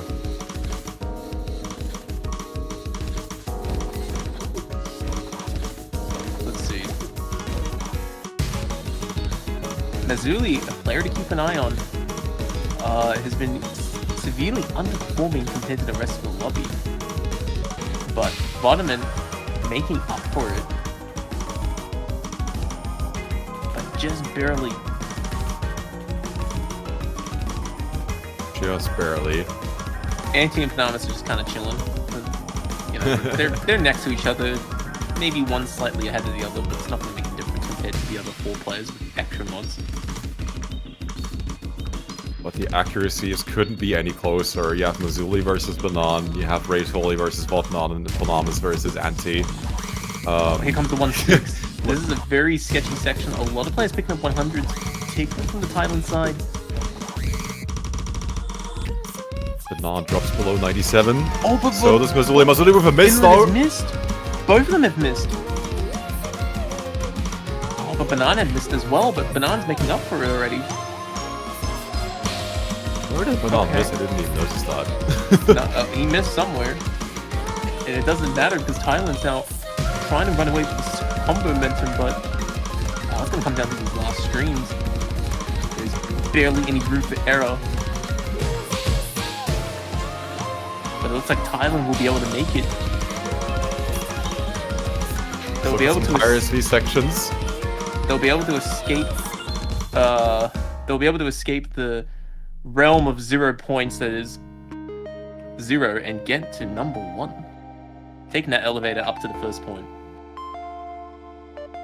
Let's go. A little bit scary, not gonna lie. Oh yeah, absolutely. FC from Ray Tolly, 35-100 star player from Thailand. You have to say that's kind of expected, but that's still a really solid performance. Whatnot in 25-100s, 2 misses, slightly higher accuracy in that department. Anti and Ponamas both finishing off of an FC as well. And it was looking a little bit shaky, but the misses couldn't have been better timed for Thailand. Yeah, 100%. And now, what will Finland do? Finland can't rest easy. They can't sit there and be like, "Oh, okay, you know, they're a lower seed." I know that one of Thailand's best players were just not there for qualifiers, but even for Finland, like, you know, thinking that Thailand would be a lot closer to them, maybe they didn't think that was the case. But winning that first point for the Thailand side, Finland may be a little bit scared. It's so much so that we're going to be seeing Hard Rock 1 for the first time in a while. Has anyone even picked this map? I have no idea. Yes. It was a match that I casted yesterday, but I can't tell you which one. My bad. My memory is not that good, but it has been picked before, I can tell you that. But it would make sense for Finland to just bank on their strengths in terms of hard rock and the slightly worse accuracies from Thailand overall to close out the hard rock pool and claim it as their own. But I'm really looking to check which was the match where hard rock was picked, hard rock won. I mean, it doesn't really matter anyway. You're going to see it in the statistics at the end of the week, but I can definitely tell you it's not being picked a lot because hard rock won. Yeah, it has been picked, and I'm a fan. Good song, good map. Brise Hard Rock On is a bit scary to look at, but Brise is kind of scary to look at in pretty much any slot that you put him in. Yeah, Panamas is a little bit scared being a Hard Rock main, but he can't play Hard Rock 1. You know. Ouch, that's a bit brutal. Like, I don't know what to say. It's pretty tough. When you know, it's a little bit tough when you have a map that you should be comfortable with, but you're just not. You just can't find it. And, you know, there's no amount of convenience fee that you can pay to get out of that situation outside of playing more. You know, I hear... you can pay for... you. Is it from the own store for $2.50 for this year's TWC. Support your favorite country, support the tournaments. Overall, yeah, we like banners. Tasty, crunchy banners. Bruh. Okay, you had that to me on a civil platter. I did. Luckily, there's no 40% purchase fees, so head on down to the banners, make sure you do get a purchase if you haven't done so already.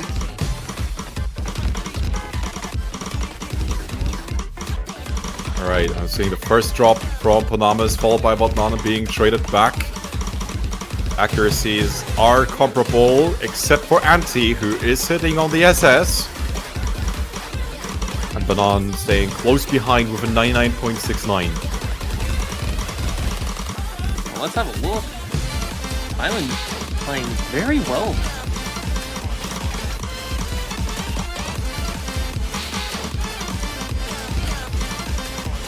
They do have the hard rock experts, so I'm definitely seeing that they can put up a good fight, but there's so many tricky bursts in here. Panamas will find another miss, but Banan and Ray Tolly are keeping the combos high. Vatnanen missing again! And you can see the frustration in these hits. Alright, Thailand. In the words of individuals, steady lads. You'll claw some points back. Just keep this... Well, I can't even say this is a campaign section, but it's not. If you can just keep the chill section straightforward, and they claw back 5,000 points for their efforts, but more needs to be done. More more act drops from bot now, and they're going to shift things over to Thailand. 6,000, 7,000 score difference. Shrinky Ponamas with a miss though. Closing at the end. No. Oh. Will Vatnana trade one more time, or any other player from Finland for Thailand to still somehow turn this back around? I don't think that's gonna happen. Nah.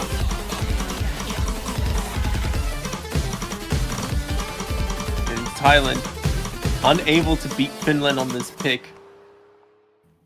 And as they sink away back to the starting point of where they were just at a few moments ago, down a break point, having to restart again, trying to find themselves back up to a second point. How are they going to do it? Gonna have to find an answer sooner rather than later. UFCs from Finland, 17-100s, 31-100s. Actually, Banana and anti-matched. That's crazy. Same amount of 100s. But in the end, the misses from Panamas were just a little bit too much. The accuracies were pretty close. If it weren't for the misses from Panamas, it could have come down to the wire. All right, so Osu Live? Yeah, Osu Live is raiding with 300 people. Let's get everybody up to speed on what's going on. Jugs and I, B4320, we're currently commentating the lower bracket match between Finland and Thailand. Both these players and these teams have been playing very phenomenally so far. Thailand a bit more of a overdog in this matchup than people would expect. They did technically upseed Turkey yesterday, who was 13th seed, and now they're currently fighting 12th seed Finland in the quarterfinals this week. So far, Thailand is down one break point, and they've now just picked me and you. So, get your popcorn ready, get your, your drinks ready, your banners ready, your purchases ready, the boons of chaos ready to spill upon the battlefield that is me and you. So, sit back, relax, and have a good show, because we've been seeing a lot of mods on this map. Fremont 1 was played just recently. It was 5 mods against 5 mods. But this time around, Finland's going with 4. Alright, hard rock. I like this. Thailand's not letting up the pressure. But can they execute?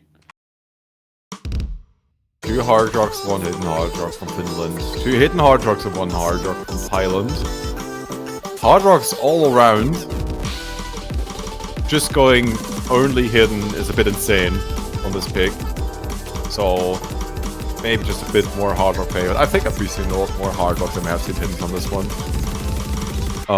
Let's see where this is going to take us. Well, let's see. Finland so far overcoming the mod advantage early on. With better accuracy all around.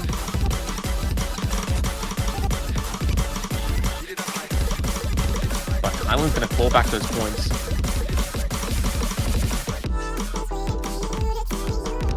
But it's gonna come down to Raitoli, because Raitoli is at 98%, which doesn't sound bad, but Raitoli can only afford a buffer of about 1.5%, so trying to catch up to gamers' decisions, Raitoli's about on par. Yeah, the mod advantage is not showing just yet. Nah, it's coming, it's coming. Play around. Slowly, very slowly, very slowly. Well, this slow section, be a little bit careful. Banan picking up a lot of 100s, but holding through.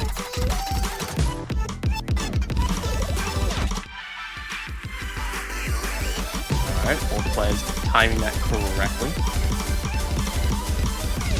That one is a very funny bit to find a not miss on, but everyone is still pulling through with their Cs. Islands now. Oh, Panamas though! No, but wait. But Panamas is the player with only 1 mod. It's not as bad. It's not as bad. That's not what you want to see. No, you don't want to see any misses at all, but if there was a player to miss on Thailand's side, Namis would be your go-to player. Because he's only holding him for 1 month. So this can work out, but Thailand's going to have to definitely work for it in this final section here. Their hidden hot rock players are bleeding, just a little bit of accuracy, 8,000 score difference. They were previously on 30,000. Chunked down quite a bit from the misses from Panamas. And Ray Tolly with the is going to swing back over to Finland! What this is? Another miss from Ray Tolly! Oh. Brutal! Ray Tolly may have survived if he didn't miss the second time around. Oh no. Oh, that's the most painful miss I've seen all weekend. Oh, Ray Tolly threw it for Finland in the last 10 seconds of this pick. Finland takes a second break point on 3-2. What are these accuracies? 5-100 from Antti, 22 from Botnout, and 25 from Gamer's Decision. Triple FC. They played it safe and they played it well. Ready to punish mistakes like that from Ray Tolly. Ouch, that hurts. Wow. I don't know what to say. This is absolutely devastating. Not even. Wow. That is just unfortunate for Thailand. They're going to be reeling after that one. Let's hope that they can recover quickly from this mini disaster and pick up the slack, maybe find a breakpoint, whatever Finland's gonna pick next. They still have Nomad 3 as a sort of slightly favored pick for themselves. Nomad 6. And okay, yeah. Is going straight to Nomad 6. That's brutal. You could say it's a genius play. Kicking them while they're down. Hey man, they're your opponents. That's what you have to do. Well, I've done it in my heyday, and that is exactly what Finland's going to do. It's a very effective strategy. Yep. But past this point, Finland does not have that many more picks that they could abuse against Thailand. Nomad 6 is the one pick where Thailand doesn't have the third player necessary to get great scores. Maybe they did a lot of practice, maybe I'm gonna be surprised by the end of this, but I do see Finland on match point after this. This is more of a Finland favorite pick overall, but yeah. Still lots of options, still lots of ways this could go, but being down 4-1 or even 5-1 after this is a tall order.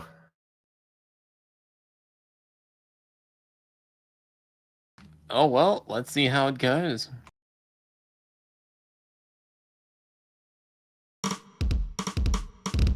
Off we go. Third pick from Finland. Nomad 6. Anand Panamas, Ray Tolly for Thailand. Same exact lineup as I did yesterday. Finland and Team Azuli Gamer's Decision. Well, let's see how it goes. This is E-Tech, so relatively peaceful section. Makes some very uncomfortable patterns and odd finishes here and there.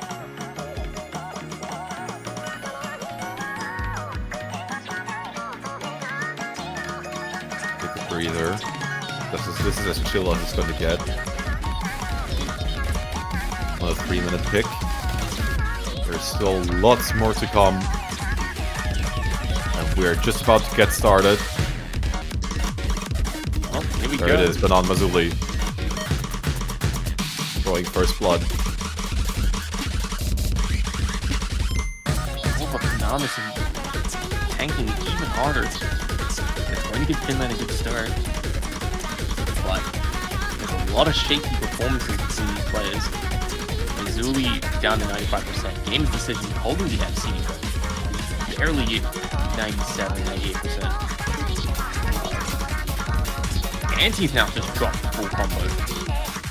Yeah, Finland is no way in any shape or form out in front just yet.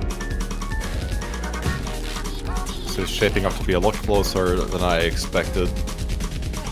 Yeah, Ray Tolly at 98% in the full combo, but that's just enough right now to offset Gamer's Decision. So Raytoli is where he needs to be. But keep an eye on those two players. Those two players currently the players to watch. Everyone else tries to find their rhythm.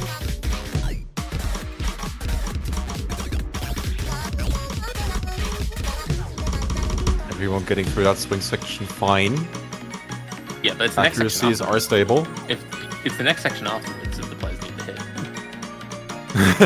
hit. We've seen players miss here. We just don't know why, but people do. So I'll reserve judgment.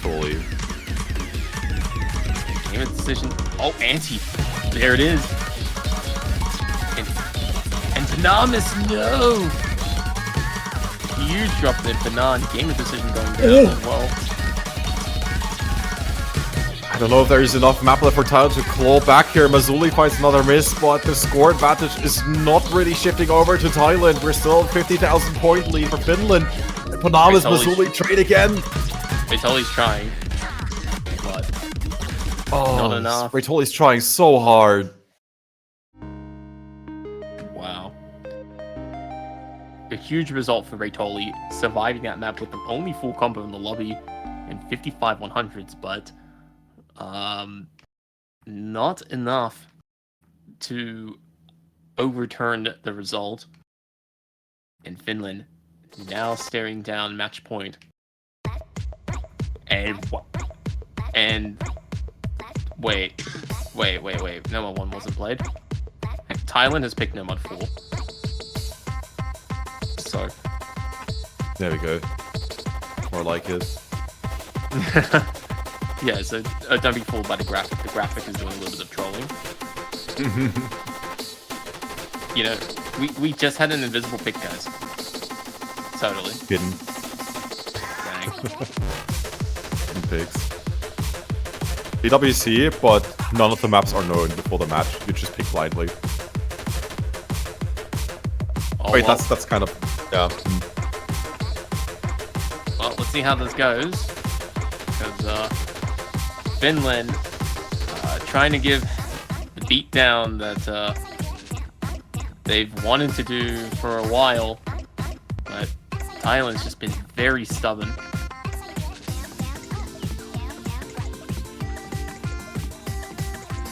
But unlike in Hades, you can't just die and come back and do this over and over again until you eventually get good. You only got 2 lives in this tournament, and they're about to finish their second life. But Thailand still in it. They just have a long road ahead.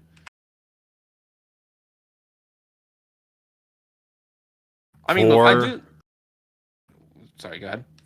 No, I was just gonna say they'd have to get 4 wins in a row, and being down 5-1, that's a lot to ask. But... I mean, starting ahead with 480,000 points is a very good plot twist. I'm not gonna lie, that's their secret weapon. That's the secret weapon. My disappointment is immeasurable. My day is ruined. Back to the river sticks you go of reality. Yeah, nice. Just get matched for 400k points. You know, we'll just dub it as inflation, and Thailand will be able to use that to make their way to the top. Inflation is hitting everyone, even TWC.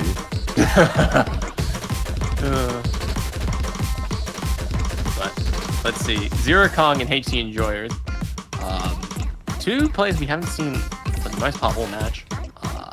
Definitely a secret weapon trying to give Finland a good fight, but Finland holding strong so far.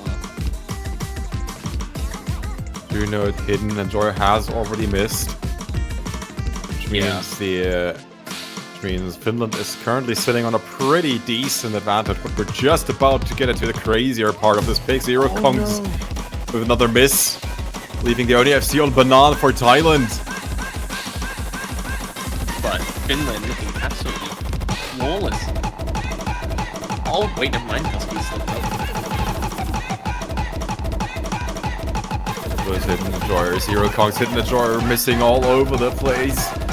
Ah, it's a shame when you're a player like Hidden Destroyer who comes in specifically for a No Mod 4 pick, and then it just kind of crumbles. But wait a minute, wait. Another miss. Banan's at a double S. What? What is this? Dude actually beat double S to he may be eliminated from the tournament, but he's gonna go out on a high note. There's still a few more notes to go. It ain't over yet. All eyes on Banan. He's gonna. Oh no! No! The glorious morning was rising up, and just before he saw those shining rays, that 1/100 came in to ruin his day. Dun dun dun dun. But hey, Oh, look, that's very so good result, sad. nonetheless. Yeah, For absolutely. Banan, congratulations on getting that 1/100. Anti getting 3 100s as well. Very good results. And for a lot of the other players, they've all had some very high scores, but yeah, just wasn't enough to seal the deal. And Thailand, after upsetting Turkey yesterday, is now making their way to the exit. Congratulations to Thailand for having a very good run this year in Taiko World Cup. But Finland will be moving on to the semi-finals. So congratulations on Finland for winning. Yeah, I've been keeping a close eye out on Finland. I think this is definitely one of the best rosters that they've ever had in TWC. They have made top 12 successfully. I could, well, depends. Depends on who they're facing off against next week. Let me just check. They're gonna face off against the loser of South Korea versus China. Okay, good luck.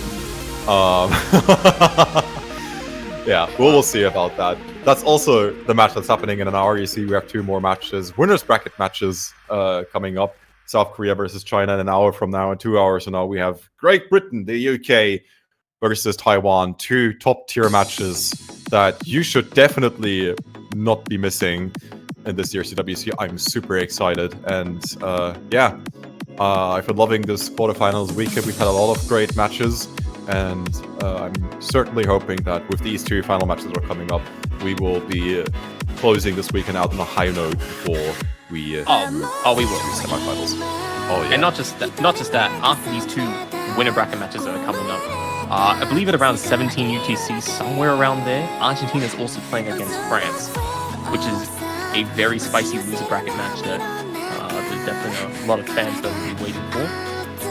So yeah, don't go anywhere. Of course, and the showcase will be after that. So a lot of glorious matches to take place over the next 8 or so hours, and I hope you guys can be there for all of it, because us Australians are going to sleep very soon.